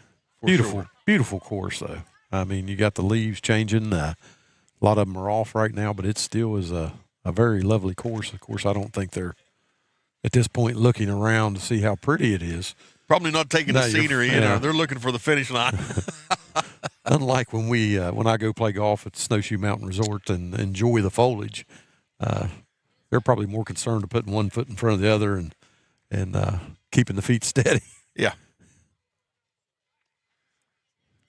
Although the young man who ran for Frankfurt, he seemed pretty relaxed. He might have looked around a little bit as he may have taken in the scenery because I was amazed that those top 3 runners, they were not even breaking a sweat. So I'd say the last mile of the course was more of a cool down for them than anything. Yeah.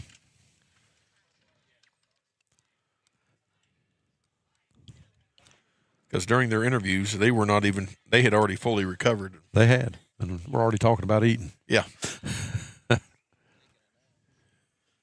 And taking a nap. Yeah, yep.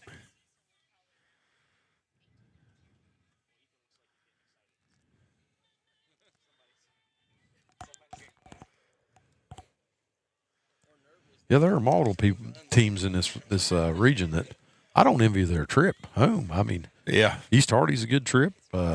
Pendleton, Frankfort, Berkeley Springs. Yeah.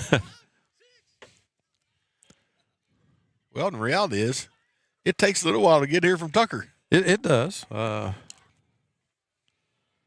an hour and a half if you're coming from Parsons. So, and depending on if they brought a bus or not, it might have been a little longer. Yeah, closer to 2. Yeah. I'm sure the vast majority of them, as we talked to some other teams earlier, that they came and stayed the night. I'm sure that a lot of them did. I'm guessing that East Hardy does when they come up here for wrestling tournaments, and Pendleton does as well. Pendleton's from Franklin, it's probably about roughly a little over 2.5 hour drive. Yeah, so, and that's just and then 3 mountains. Well, yeah, 4 mountains. You got 5 mountains. Yeah, because you got to come across. You got Shavers, you got Rich, you got Middle, you got Allegheny, then you got North Fork. North Fork, yeah.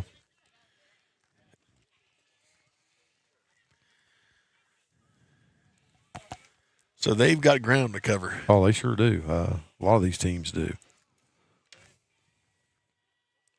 Of course, I guess from Franklin you could alleviate that, come across North Fork, cut back through Green Bank, and come just across Cheat. But it might take you a little bit longer, but it'd bypass some of the mountain ranges. Yeah, it would. It would. You'd have the one between Circleville down into Durbin and then across Cheat, over to Huttonsville. It's like we've been there. Few times. A few times. It's not close by any way you go. Yeah.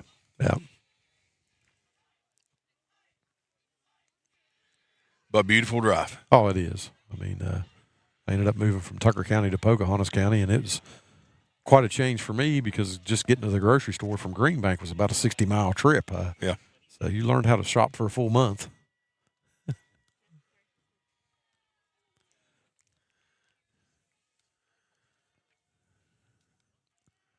Beautiful view of the course, and you can see how well it's laid out, cleaned out. Yep, I think you should see them breaking out of the woods here shortly to the last little sprint to the finish here shortly. Yeah, the mobile camera's still in the zigzag section, but we'll be punching out. And actually may have been through and may be coming through this last leg. Yep. Because it does enter back up here above us, back through the woods. Past the caretaker's house there.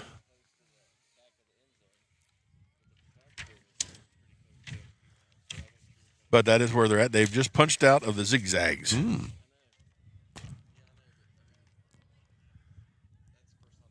Taking the big loop around the field there.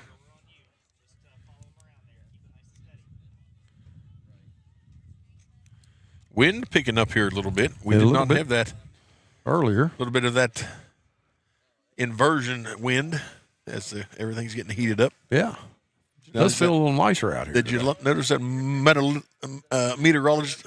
It did. Term? I see that out there. Inversion? Meteorological. Meteorological, yeah.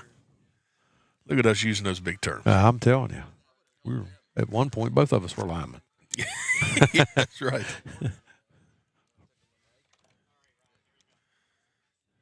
Great footage there.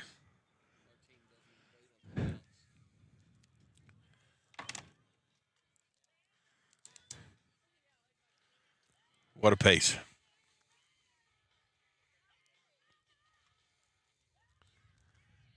Now you can definitely see the gap that there is between 1, 2, and 3. 2 and 3's hanging in there together pretty tight, but Astoria Chase has got. She's opened the gap. Yeah.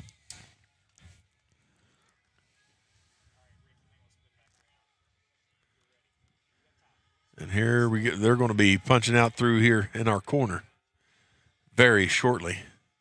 And if we had a few more leaves off, we'd be able to see them coming through on that upper trail section above the road before they punch out in the corner.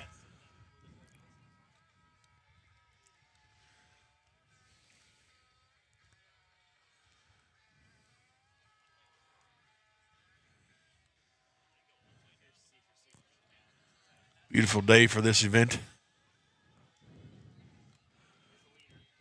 Started out chilly and it's going to end fairly warm today. Yeah. Surprised to hear how some of the runners enjoy running in the cooler temperatures. Yeah.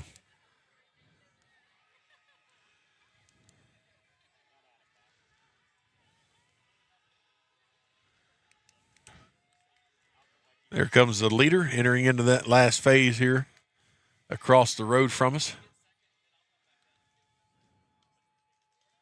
She will be punching out here into the corner very soon.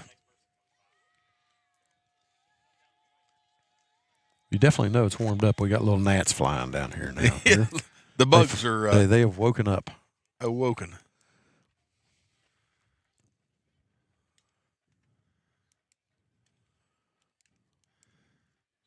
There we come out of the corner. Yep. Lead camera, mobile camera. We can see it now. And there goes Lincoln's boys team. They're still running. Yeah. They've been running for a while.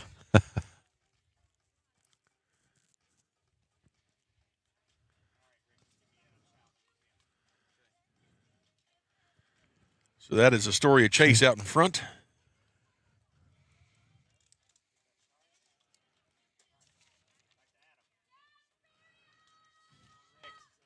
He's really stretching this stride out here. I'm telling you. Sophomore for Tucker County.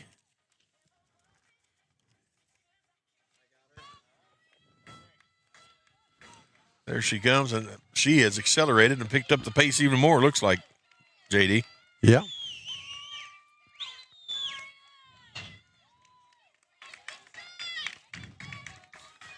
You can hear the crowd cheering her on.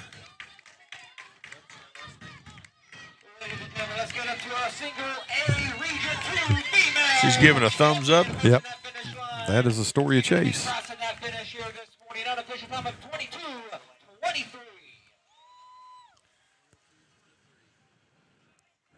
Unofficial time of 22:23.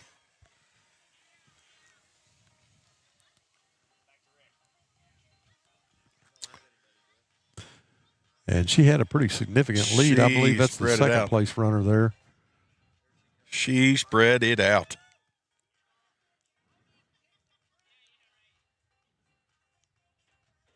And that looked like maybe her mother running alongside her as she gave her a thumbs up. Yeah.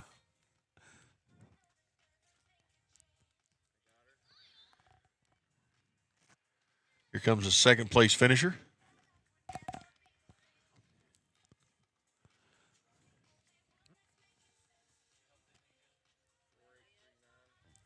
I believe it's 4839. I think I heard them say that would be Brianna Blake from Trinity Christian coming in second place.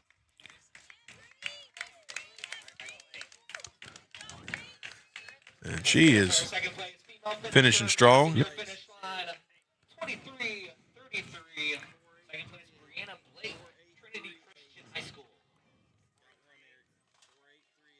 4838 is Alexandria Ayers, I believe, from Trinity Christian. So, good finish by Trinity Christian for 2 and 3.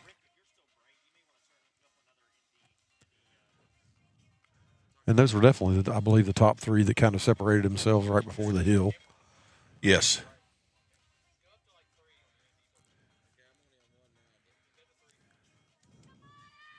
Have a pretty close race, it looks like, for 4th and 5th here coming out of the woods.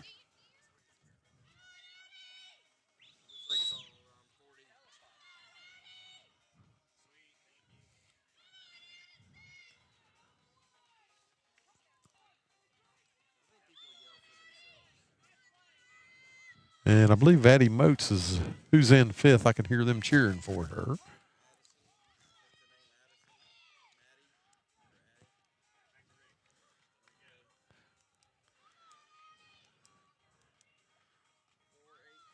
Looked like she was holding her side there for a second.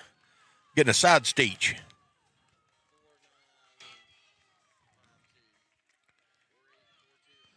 .4842 is Lauren Williams from Trinity Christian. And then the Tucker County runner, I believe, is Addie Moats. That'd be 49.52, which, yes, that's Addie Moats from Tucker County. You have 4841. That would be Sephora, I believe is how you pronounce that. Rhodes from Trinity Christian.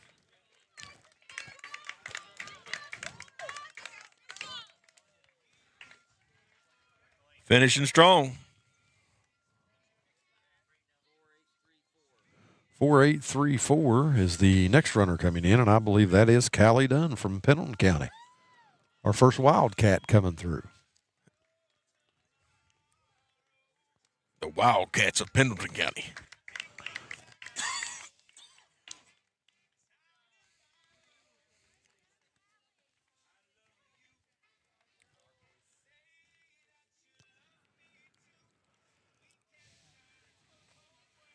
Waiting for some more to punch through. See another one coming by the dugout here.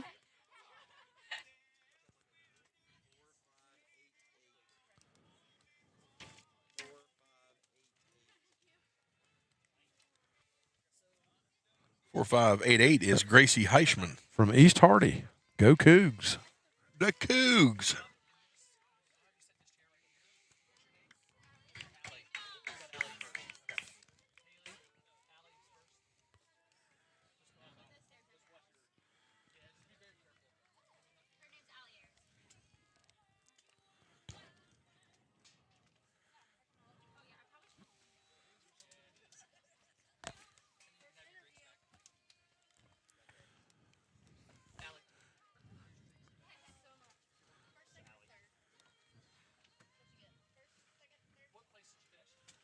Okay.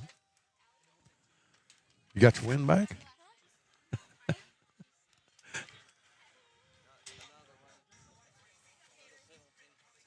Yeah.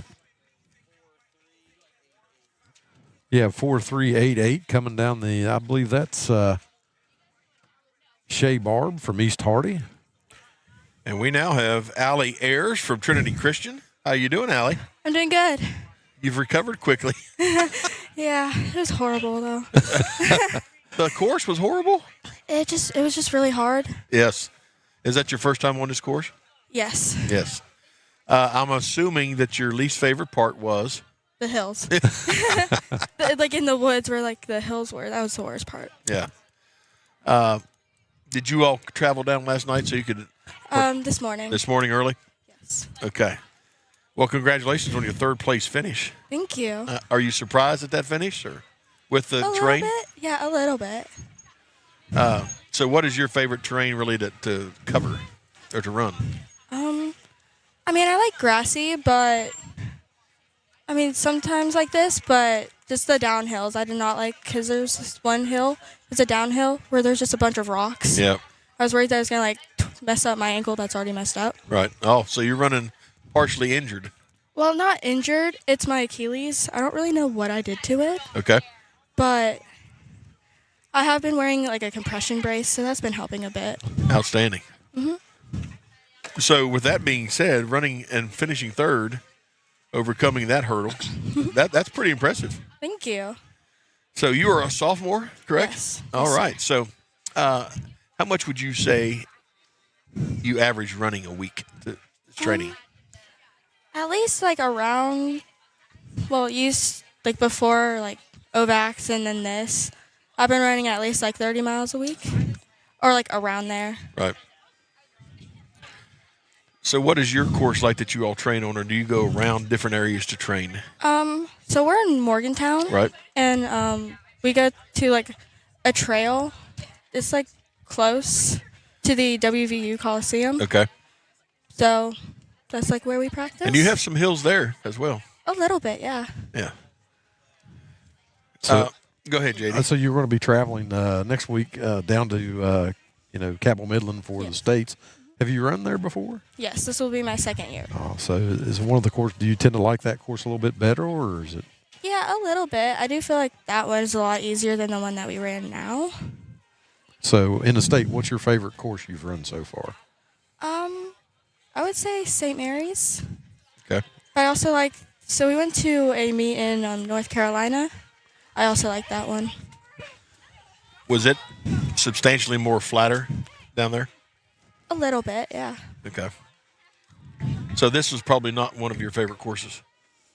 wouldn't say that it wasn't my favorite, but I'll say this is probably just like a one and done thing for me. Right. But if I have to do it again next year, then I'll do it again. Yeah. So when you first saw the course this morning, what were your thoughts?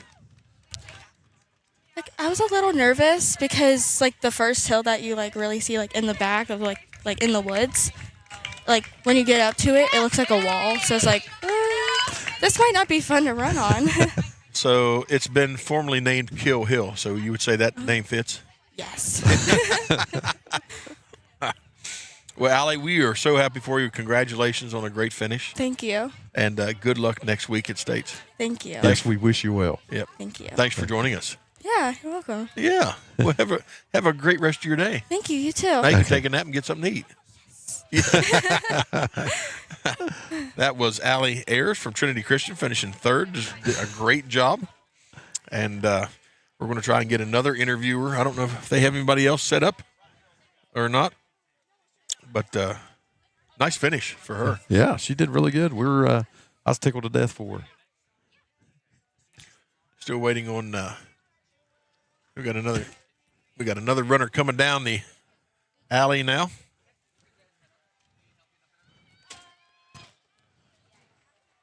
Thank you for doing the interview with us. Yeah, thank you.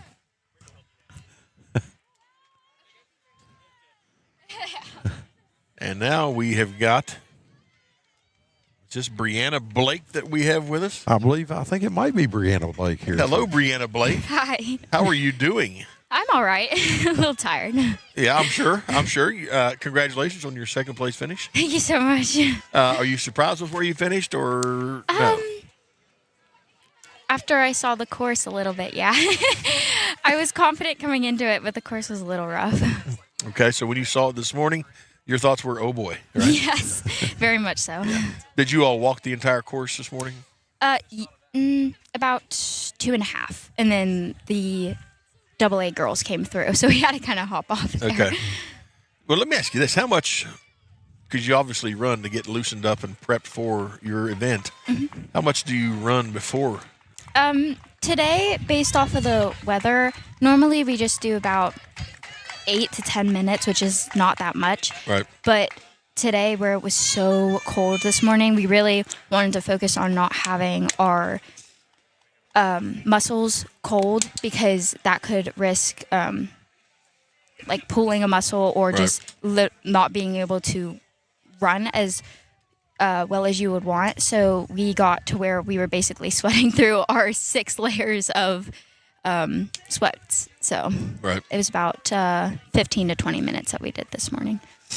Yeah, the colder, the more warm-up you got to do, I'm sure. Yes. So, hardest part for you on this course was? Probably that after the incline on the field, the uphill in the dirt. That was probably the hardest part. Yeah. And that's a long pull, isn't it? From that back corner, it's just uphill from there. Yes. For a long way. Mm-hmm. Yeah, it was rough. It was really rough. Starts out with that nice gradual hill and then wham. Yeah. Yeah, and that hill's on a slant too, so you got to watch your footing a lot on that one. Well, your teammate Allie defined it as a wall. Yeah, that's how we talked about it this morning.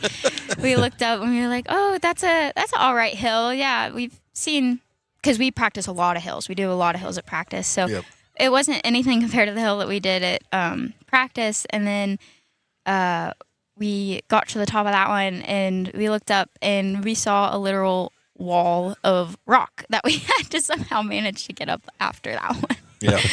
We were wheezing walking it this morning, so.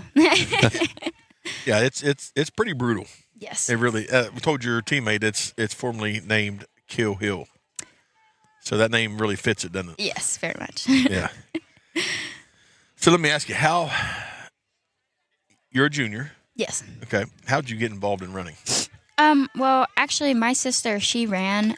She's 19 now, but she ran for her school, and I would go to her practices and see her running, and I always looked up to her, and so I would want to run, and I didn't. I would always walk next to her while she ran, and then I came to her school in middle school. She was a freshman in high school.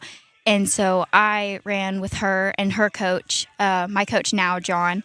And ever since then, I kind of just wanted to be with her and run with her and do things with her. And then I ended up beating her. So I kind of carried that on. There you go. So go ahead. Yeah. So what's your aspirations once you get done with high school? What are you looking to do after you finish up? I actually don't know yet. I've looked into a few things, but my coach really wants me to run in college, but I just, I've had a few offers, but it's just, I really want to focus on making sure that I have a good career path and growing my in my faith with Jesus. And so wherever he takes me, I guess, is where I'm going to go. Well, that's two very important things. Yeah. So, yeah. Absolutely. So I got to ask, who's the better runner, you or your sister? Oh, me. There was no hesitation there whatsoever. So now you have footage. You're going to be able to go back and say, hey, sis, watch this. Yeah, I'm more of the athlete, and she's more of the academic weapon, I guess. So together, the dynamic duo. Yes, very much. Outstanding. So second place finish, good prep for next week, Cabell Midland. Yes. Excited for that. Have you been on that course before? Oh, multiple. Yes, a lot. Okay. Compared to this, next week going to be a little bit easier, do you think? Oh, yes. I think that it's a lot easier because the hills that are there are only half of like what we practice on at practice. So we have a lot, our team has a lot of experience on hills. It's kind of what we try to thrive in the most. Today was a little rough on hills, but normally we're pretty good at them. And yeah, I mean, you only come in second place. I mean, it was brutal that you came in second on these hills. I can see really that they were a struggle for you. Yeah, but the hill on Cabell, it's right at the beginning, so I feel like I got my adrenaline going. I'm warm. I'm ready to go. So you kind of just end up flying up it, and then it's just kind of cruising from there. Yeah. Got to bring your A game, though, correct? Yes, you do. There are crazy good girls out here, especially some of these freshmen. They just come out of nowhere, and they're just running like 18s. They're insane. So got to watch out for them sometimes. Yeah, absolutely.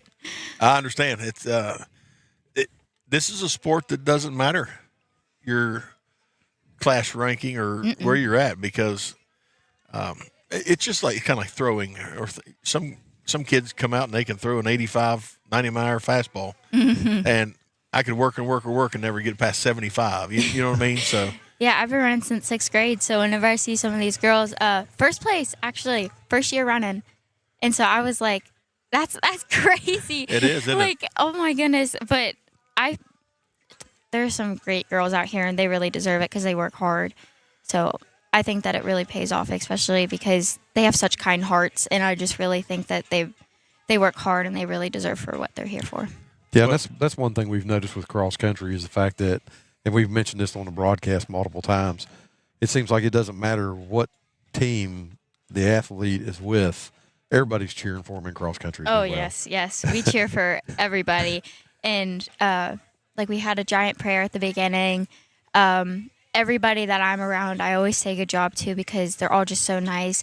A few of these girls I've known for years, met them in middle school, grew up together. Right.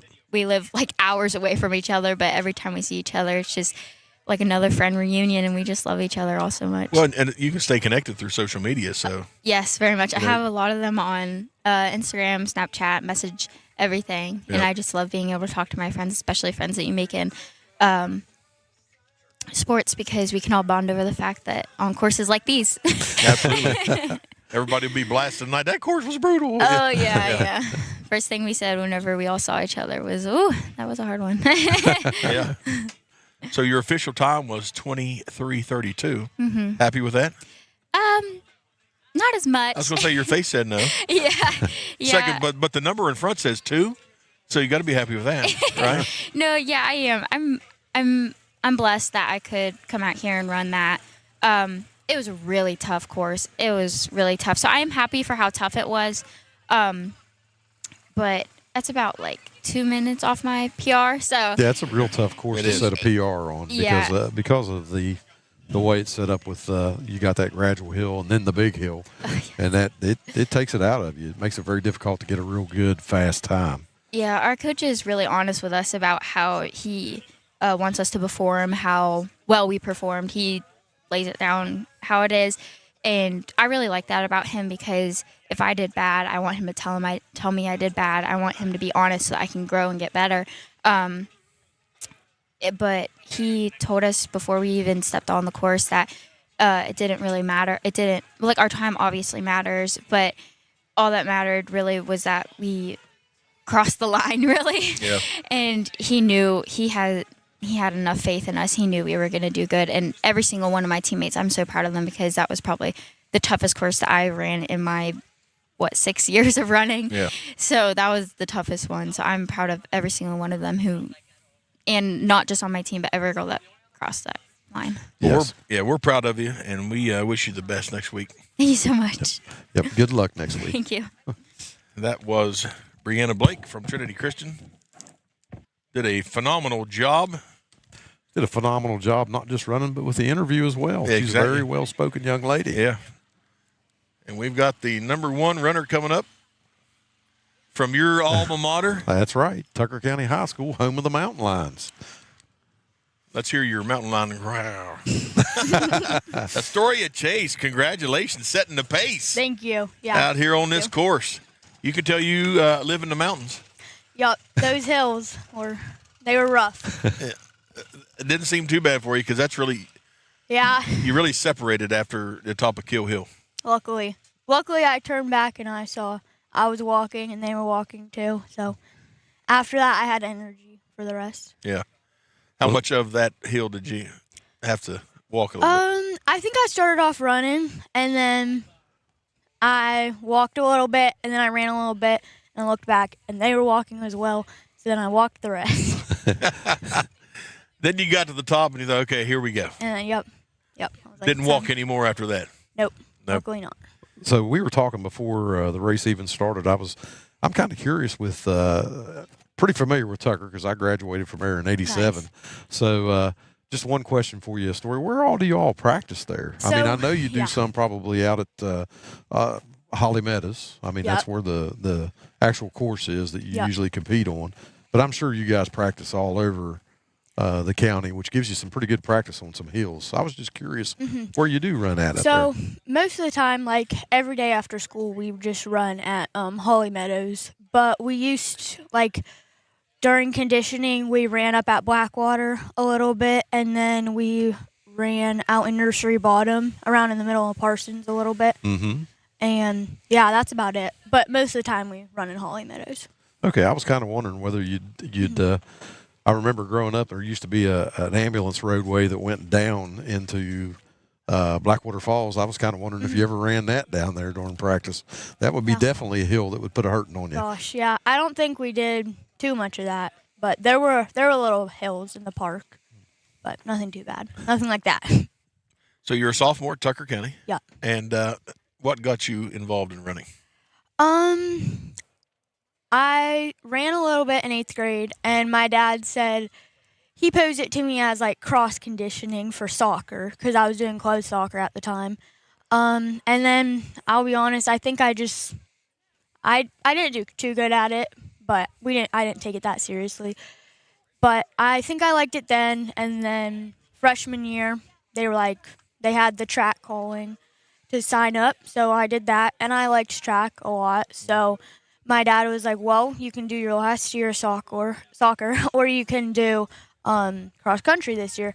And I was like, I think I'm going to do cross country because, I think I'll have better luck with that.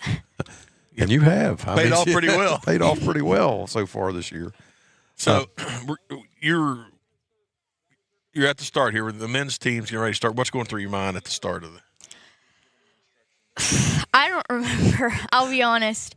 Because you set the pace early. I blank out. Yeah. Well, all I remember is when I got around that red barn thing. Yep. I was worried I was going a little bit too fast because I didn't see someone next to me. Because I'm used to seeing Rayleigh next to me and trying to be with her. But I don't know. I felt okay, so I just kept going. Yeah, because this is a team sport, but it helps on how well you perform individually as well. Mhm. It helps the team. Yep. So, and when you're used to running with somebody, Yeah, it helps a lot. yeah, Yeah. You can just tell by my time how, yeah. yeah. Unofficially, your time was 22:23. Mhm. Pretty pleased with that. Not really. No. I have my PR on this course from maybe a month ago. I'm not sure, but I think it was a 20:38 or 20:40. So I was kind of aiming for that or, better, but it's okay. I'm still happy. Yeah, the really going to good number, States. the really good number in front of associated with your name is number 1. You finished first. Thank you. Thank you. That's what I'm focusing on. That's a good number, isn't it? Yeah. Yeah. And I noticed your teammate Addie. She finished pretty well Yep. as well, and Yep. she's a two-sport athlete as well. Isn't Oh, she? yeah. She's a basketball. yeah. She's too. a heck of a basketball player. Yeah, I went she down and is. watched her at States. She's really good. Yeah. A school like Tucker County, you play soccer. Being a smaller school, a lot of the athletes have to play multiple sports, Mhm. and they do. Well, yeah, I don't play soccer anymore. We don't even have a soccer Yeah. team. But, yeah, just track and cross country, luckily. Yeah. So you're kind of early in your high school career, your sophomore year, but Yep. got any aspirations as to what you're going to do after high school is completed? I want to go to college. I want to be a physical therapist or a sports therapist. And yeah, I was kind of thinking, I mean, not really, but I kind of want to run in college. Yeah. I can't really tell yet, but probably. Yeah, you got a little time to figure that out. Yeah, Absolutely. I think I want to. Got to ask you, you were coming down the finish line here, leading the way, and you gave a thumbs up and somebody's running beside you down the finish line. Who was that? Was it a boy? It was a lady. Well, it was probably my mom. That's what we thought. I kept going like that because I wanted to know if anyone was behind me. 'Cause It seems to happen a lot because I'm not that good at sprinting. I can't really go fast, and people go by just at the end. It's what happened here last time too. Yeah. Well, you set the pace. You had a pretty good gap. So the only thing we had to worry about coming behind you was maybe a side by side. Yeah, and you really did a good job of separating yourself from the other two. We could tell because we have a camera up at the water tower, Mhm. and the separation was even greater after that hill. So it seems like you attacked that hill pretty good, even though you walked a couple times. Yeah. But I think everybody. that was tough. That was feeling it. Yep. What's your favorite part of this course? I really like the gradual downhill because it's a lot easier to stride and everything. And I'm glad that you have a long downhill. It's not like the uphill that'd be really steep because you can't really run down that. But probably, yeah, I like that. Yeah. Gradual downhill. Do you think that the cooler temperatures played a part? Because you ran here earlier this season. Do you think the cooler temperatures played a part in your results today?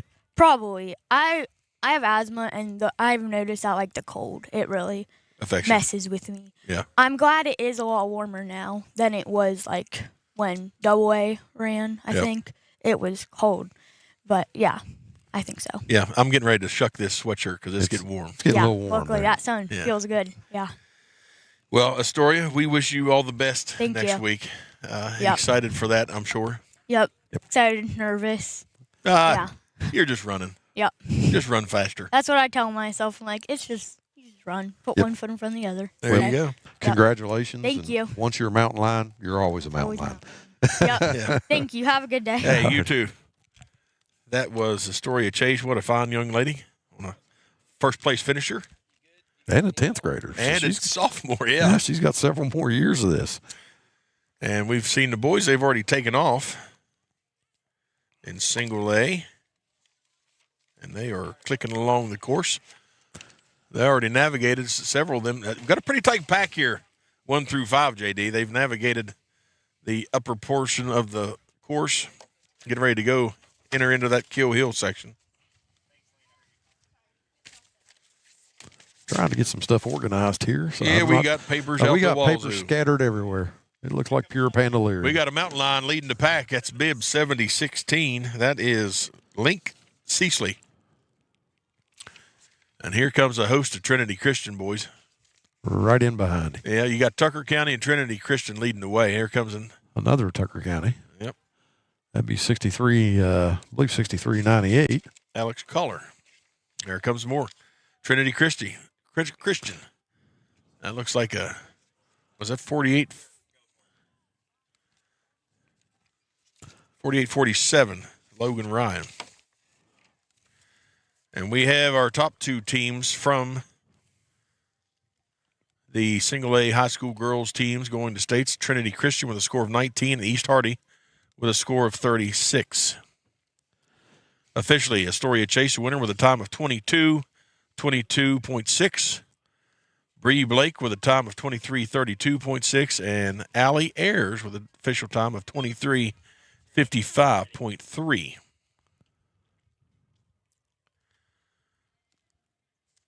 So there's your official scores from the previous race.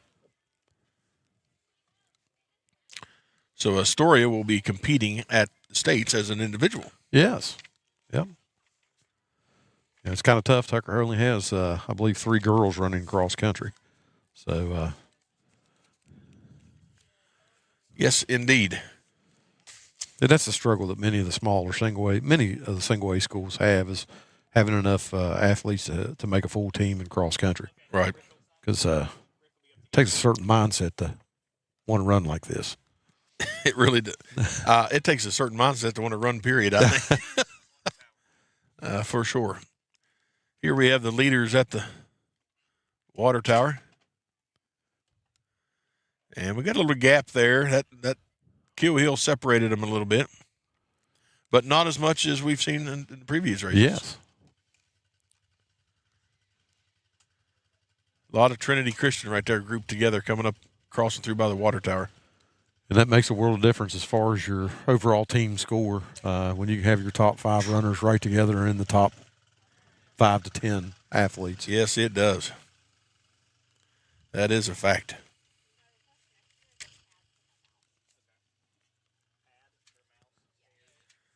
And it looks like Trinity Christian has several to qualify as a team.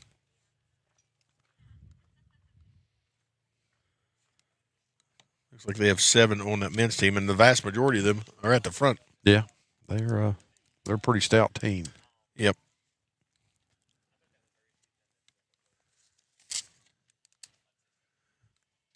Clicking along the course pretty well.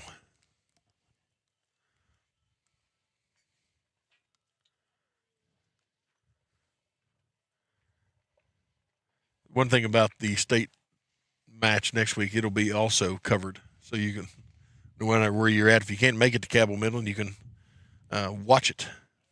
I believe we watched it. I believe I watched it last year. I wasn't able to make it, and was keeping an eye on how Braxton did. Yeah, I believe we overall. were playing Berkeley Springs last year, and we watched it while we were broadcasting the football game in the middle of the afternoon on Saturday.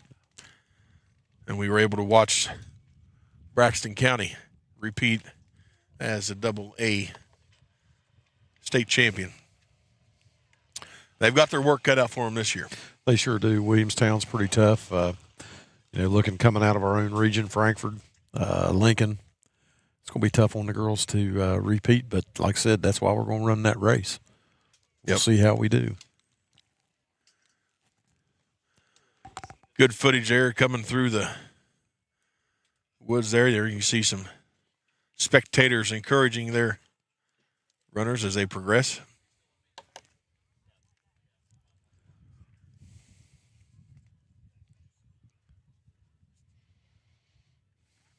So it's nice to hear the advantage that it being a little bit warmer seems to help out some of the runners. Yeah, especially when, like I said, the young lady had talked about having asthma problems, and definitely heating the air up probably a little bit helped her quite a bit. Yeah. I struggle with the same thing. It wasn't asthma, though. It's called overweight. I can relate. For sure.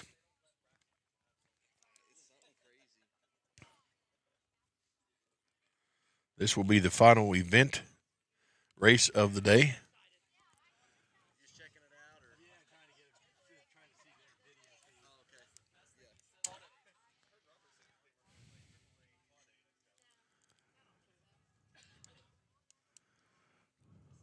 Quite a few folks still here for this final race of the day. I can say our lead vehicle is definitely moving it on coming down the hill. Clicking it along, aren't they? They definitely are clicking it along. We got Tucker County fans in front of us there. They were providing a little entertainment with a little dance trio going, but they stopped now.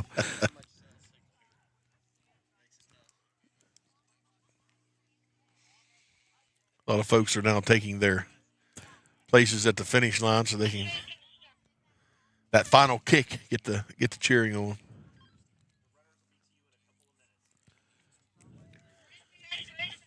There's good footage from the water tower. We can see a runner.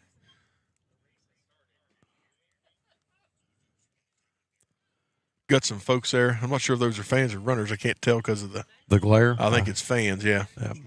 They've navigated Kill Hill themselves. Kind of look like it. They look a little wore out after. Yeah, we've been there, done that.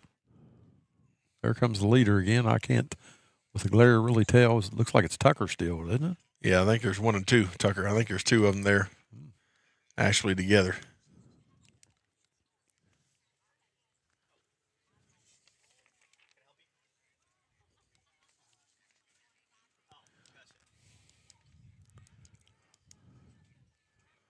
Say it's probably Trinity Christian making a kick to catch up with him on the downhill section there. Well, there were several Mountain Lions and Trinity Christian personnel there lumped together there for a while. Yeah.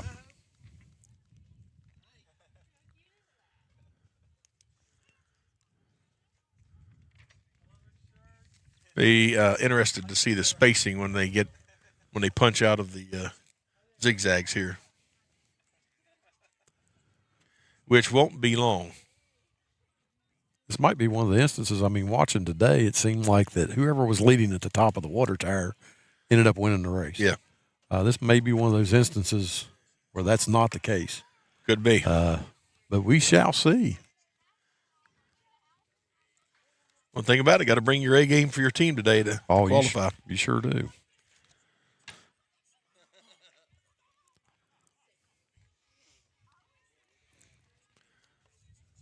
Closing in on the 12.5-minute mark.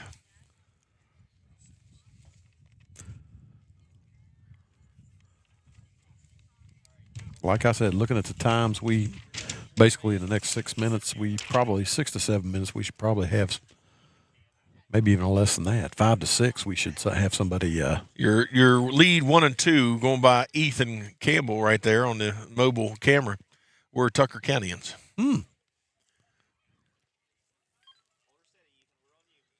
Getting ready to catch up and see who's in the 3 and 4 spot. They've got a pretty good gap there, it looks like, JD.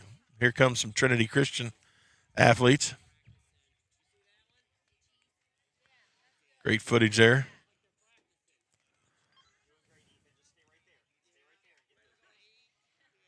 There's 2 from Trinity Christian. Couldn't get a bib number. They're going by so quick. Another Trinity Christian runner.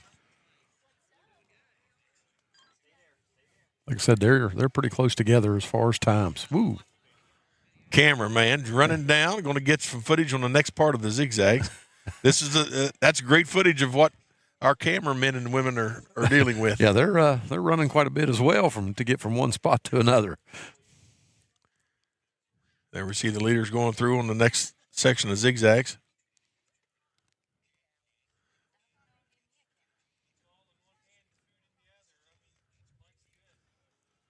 There's the lead camera in the mobile unit.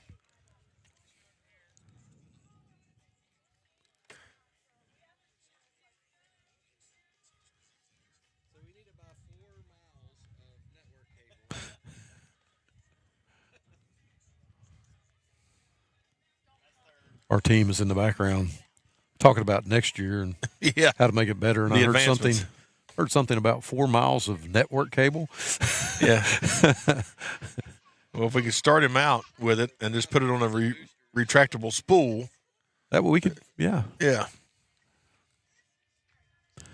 Next thing you know, we're going to have fiber optics laid out on our cross-country course before it's over with.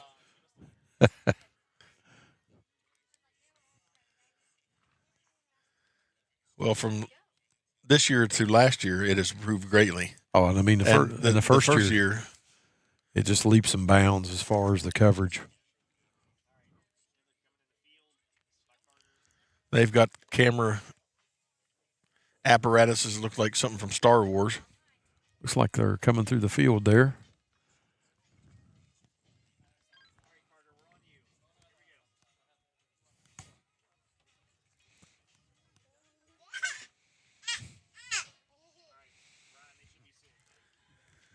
Got a future camera woman up here on the stage. Yeah, if you show up, we'll put you to work. Yeah, that's right. Any and all volunteers welcome to Braxton Live. If you can handle the drive. Because we go all over the place. It's not just about the broadcasting. It's about the camaraderie. That's right. And we definitely have a good time together. More great camera footage here on the far end as they get ready to make their slight ascension back towards the finish line. They round that turn at the bottom. They're on there. Every step and then is closer and closer to the finish line.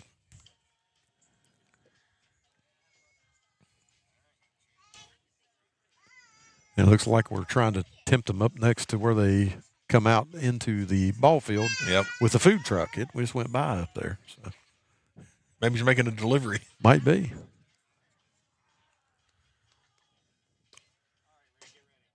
Yeah, it won't be long. They're going to be punching out in this corner.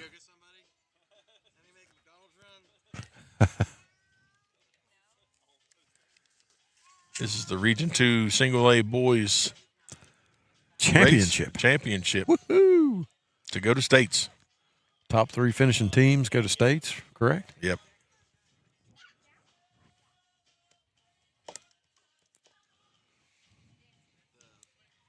Great drone footage there. Up and over the trees. And here comes the chase vehicle. There is the lead vehicle. Not chase, lead vehicle, sorry.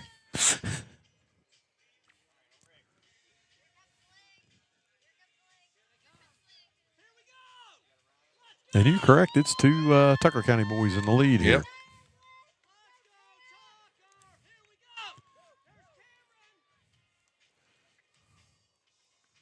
Get some bib numbers here. Figure out who these individuals are. Get your Tucker County list ready, Mountain Lion list ready, JD.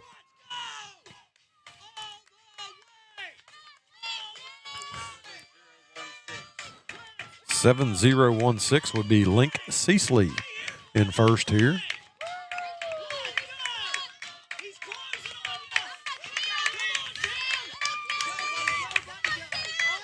Let's get up to our Region 2 Single A Male Champion crossing that line on a finish time of 18:50. I think that's 6996. That would be Cameron Judy.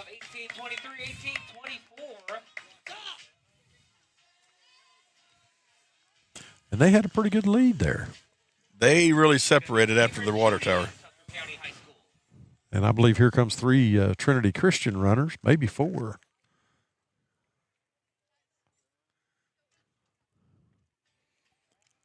Great drone footage there. Rounding the backstop down the final straightaway.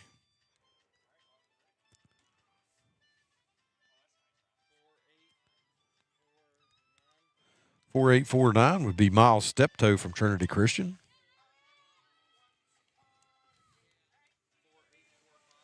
$4845 would be Frank Jacques from Trinity Christian. $4848 would be Jacob Stevens from Trinity Christian. And $4843, I think, is what the other number was. That was Channing Baldwin from Trinity Christian. Very good showing here by Trinity Christian. 4846 would be Mason, I think it's Mellon. And that would be the 5 runners from Trinity Christian that have crossed the line right there. Easy to say, they're going to states. Yes.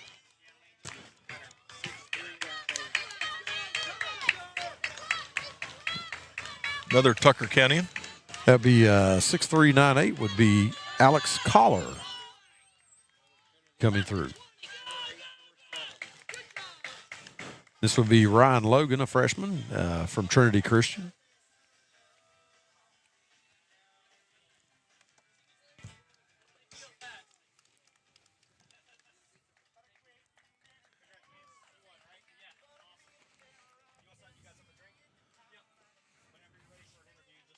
Here comes our first competitors other than Trinity Christian and Tucker. Tucker, yeah. That'd be 4825. That would be Jonathan Montgomery from East Hardy, along with 4828. He's from Notre Dame, which would be Spencer Morgan.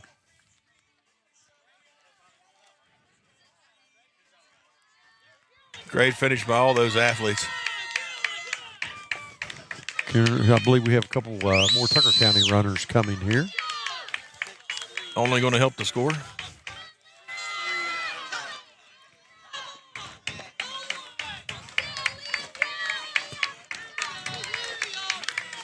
Yeah. 99. 6399 would be William Gilligan from Tucker County. Bill Gilligan.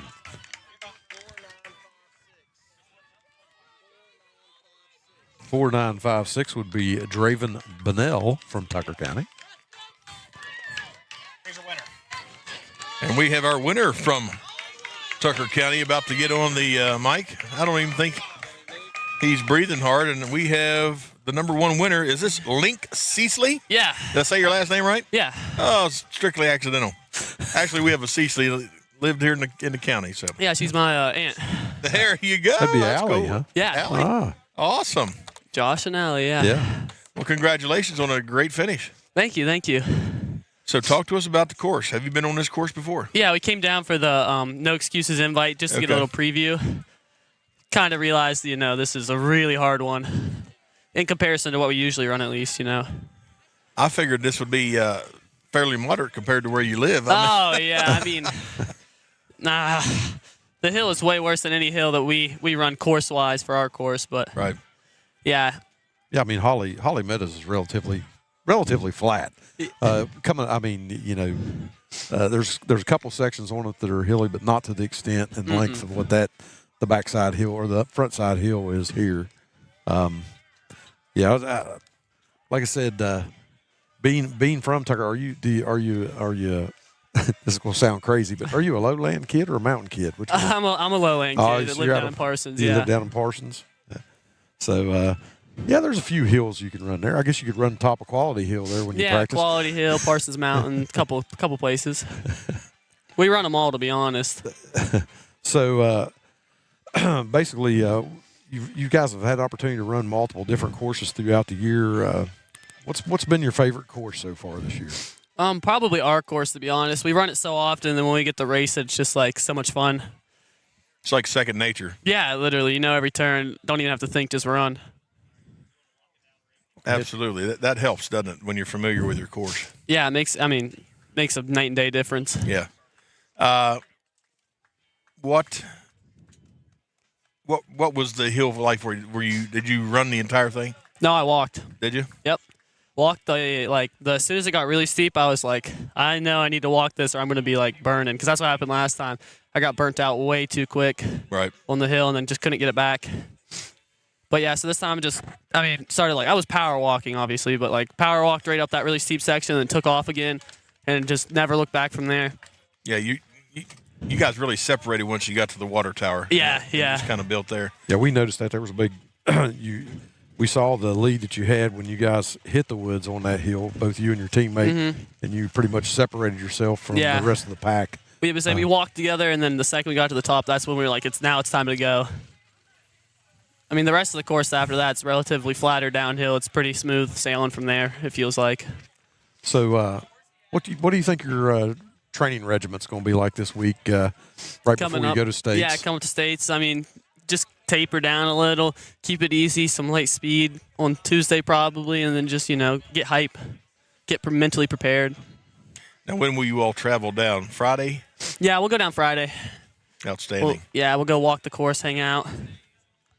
Get some last-minute instruction plans. Yeah, it's just last-minute game plan, mentally focused. Keep it fun and happy, though. That's our main thing as a team, just having fun. Now, Absolutely. Other than running cross country, any other hobbies or activities you have? I love to ski up in Tucker County. Obviously, we have Timberline and Canaan. So big skier. That's one of my big things. You ski or snowboard? I ski. Okay. Yeah. So they still give you a discount on snow days up there? Yeah, they do. Snow days, it's free at Canaan. Yeah. Nice. Yeah, it's awesome. I usually get season passes for Timberline, and I think this year we're gonna get one for snowshoes. So I'm really hyped. Yep. You're gonna laugh, but growing up, he and I both were avid skiers. No, I believe you. I mean, Nothing like seeing an offensive lineman come down the slopes at you. Yep. Still got my skis. Own skis and everything. Yeah. So what are your plans? You plan to run at the collegiate level? You going to college? What's your plans? Yeah, I do plan to go to college and continue my running career for another 4 years. That's the game plan. Anybody been in contact with you? Or? Yeah, I've looked at a couple, and it's just whatever can give me the most money at this rate. So to get college for cheaper is what we're going for. Exactly. But obviously, outside of that, I mean, whatever their team atmosphere is, that's what I've been mainly focusing on. If the team has, everybody likes each other, or doesn't matter how fast they are to me, as long as we all are going to get along. Right. Well, you finished with an official time of 18:13. Are you happy with that? Yeah, that's almost a minute improvement from last time, so I'm really happy with that. Outstanding. So that's good. That's good mental prep for next week as well. Yeah, it is. I mean, just mentally be happy. I just walk away with the regional championship and something I can celebrate and ride that high to states. Absolutely. Yep. Yeah. So once you get out of here, what are you all planning on doing the rest of the evening? Rest of the evening, gonna go home. It's trick or treat this weekend, so maybe I'll go get some candy, something like that. Just hang out. Sounds like a good plan. That's yeah. Well, listen, Link, we congratulate you and wish you all the best next week. Thank you. Yes, congratulations, and absolutely. Once a mountain lion, always a mountain. Amen. Thanks for joining us, Link. Yeah, for sure. That was the winner, Link Ceasley. A fine young man and a fine runner. Improves his time by a minute on this course. That's impressive. It's nice to see somebody come in with a strategy and compared to what they did the last time and see their strategy come to fruition and help them have a better finish. Yeah, absolutely. Got another runner coming in for the championship. That'd be 43.63. Let me see if I can find that. 43.63. I'm having trouble finding that one. Hold on.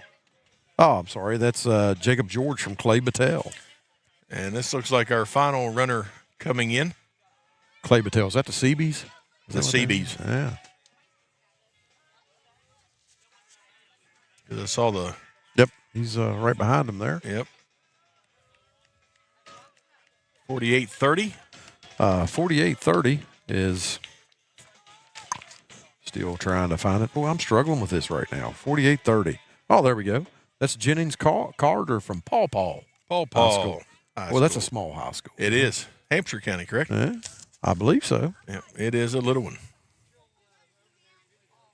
But all runners are in. And Miles Steptoe second, or Cameron Judy second for Tucker County with a time of 18:23. And we don't have anybody to interview right now. And trying to see if we got any more interviews. And that is our final interview from what I understand. So, folks, that's going to do it for JD and I here at the AA and Single A Regional Championship. Don't forget, we want to thank all of our sponsors for all that they do to support Braxton Live. Absolutely. Without them, this wouldn't be possible. This was quite an endeavor. Indeed. Out here. Folks, that's going to do it for JD and I. Don't forget you can keep up with the state title next week, as it'll be broadcast for the state title from Cabell Midland High School. Yep. See how these runners finish out as state title champions or competitors. And it'll be nice to see what Braxton does. Once Indeed. again, they're making the very, very difficult effort to three-peat, which is a pretty hard thing to do. It is. So for JD and I, we hope you have a great rest of your weekend, and thank you for joining us here on Braxton Live. And I believe before we sign off, I think we are going to have a soccer game, aren't we, on Monday? Yeah, Monday at we're 6. covering a soccer game Monday at 6. And it will not be, I don't think, me or you broadcasting it this time. I think it's Rick Garvolia And I'm not sure who the other commentator was. I'm not sure either. But you're in good hands. You're with guys that probably know more about soccer than we ever thought about knowing. That's right. So we'll be back with you in a couple weeks for the final Eagles game Friday night at Clay County. So have a great weekend, folks.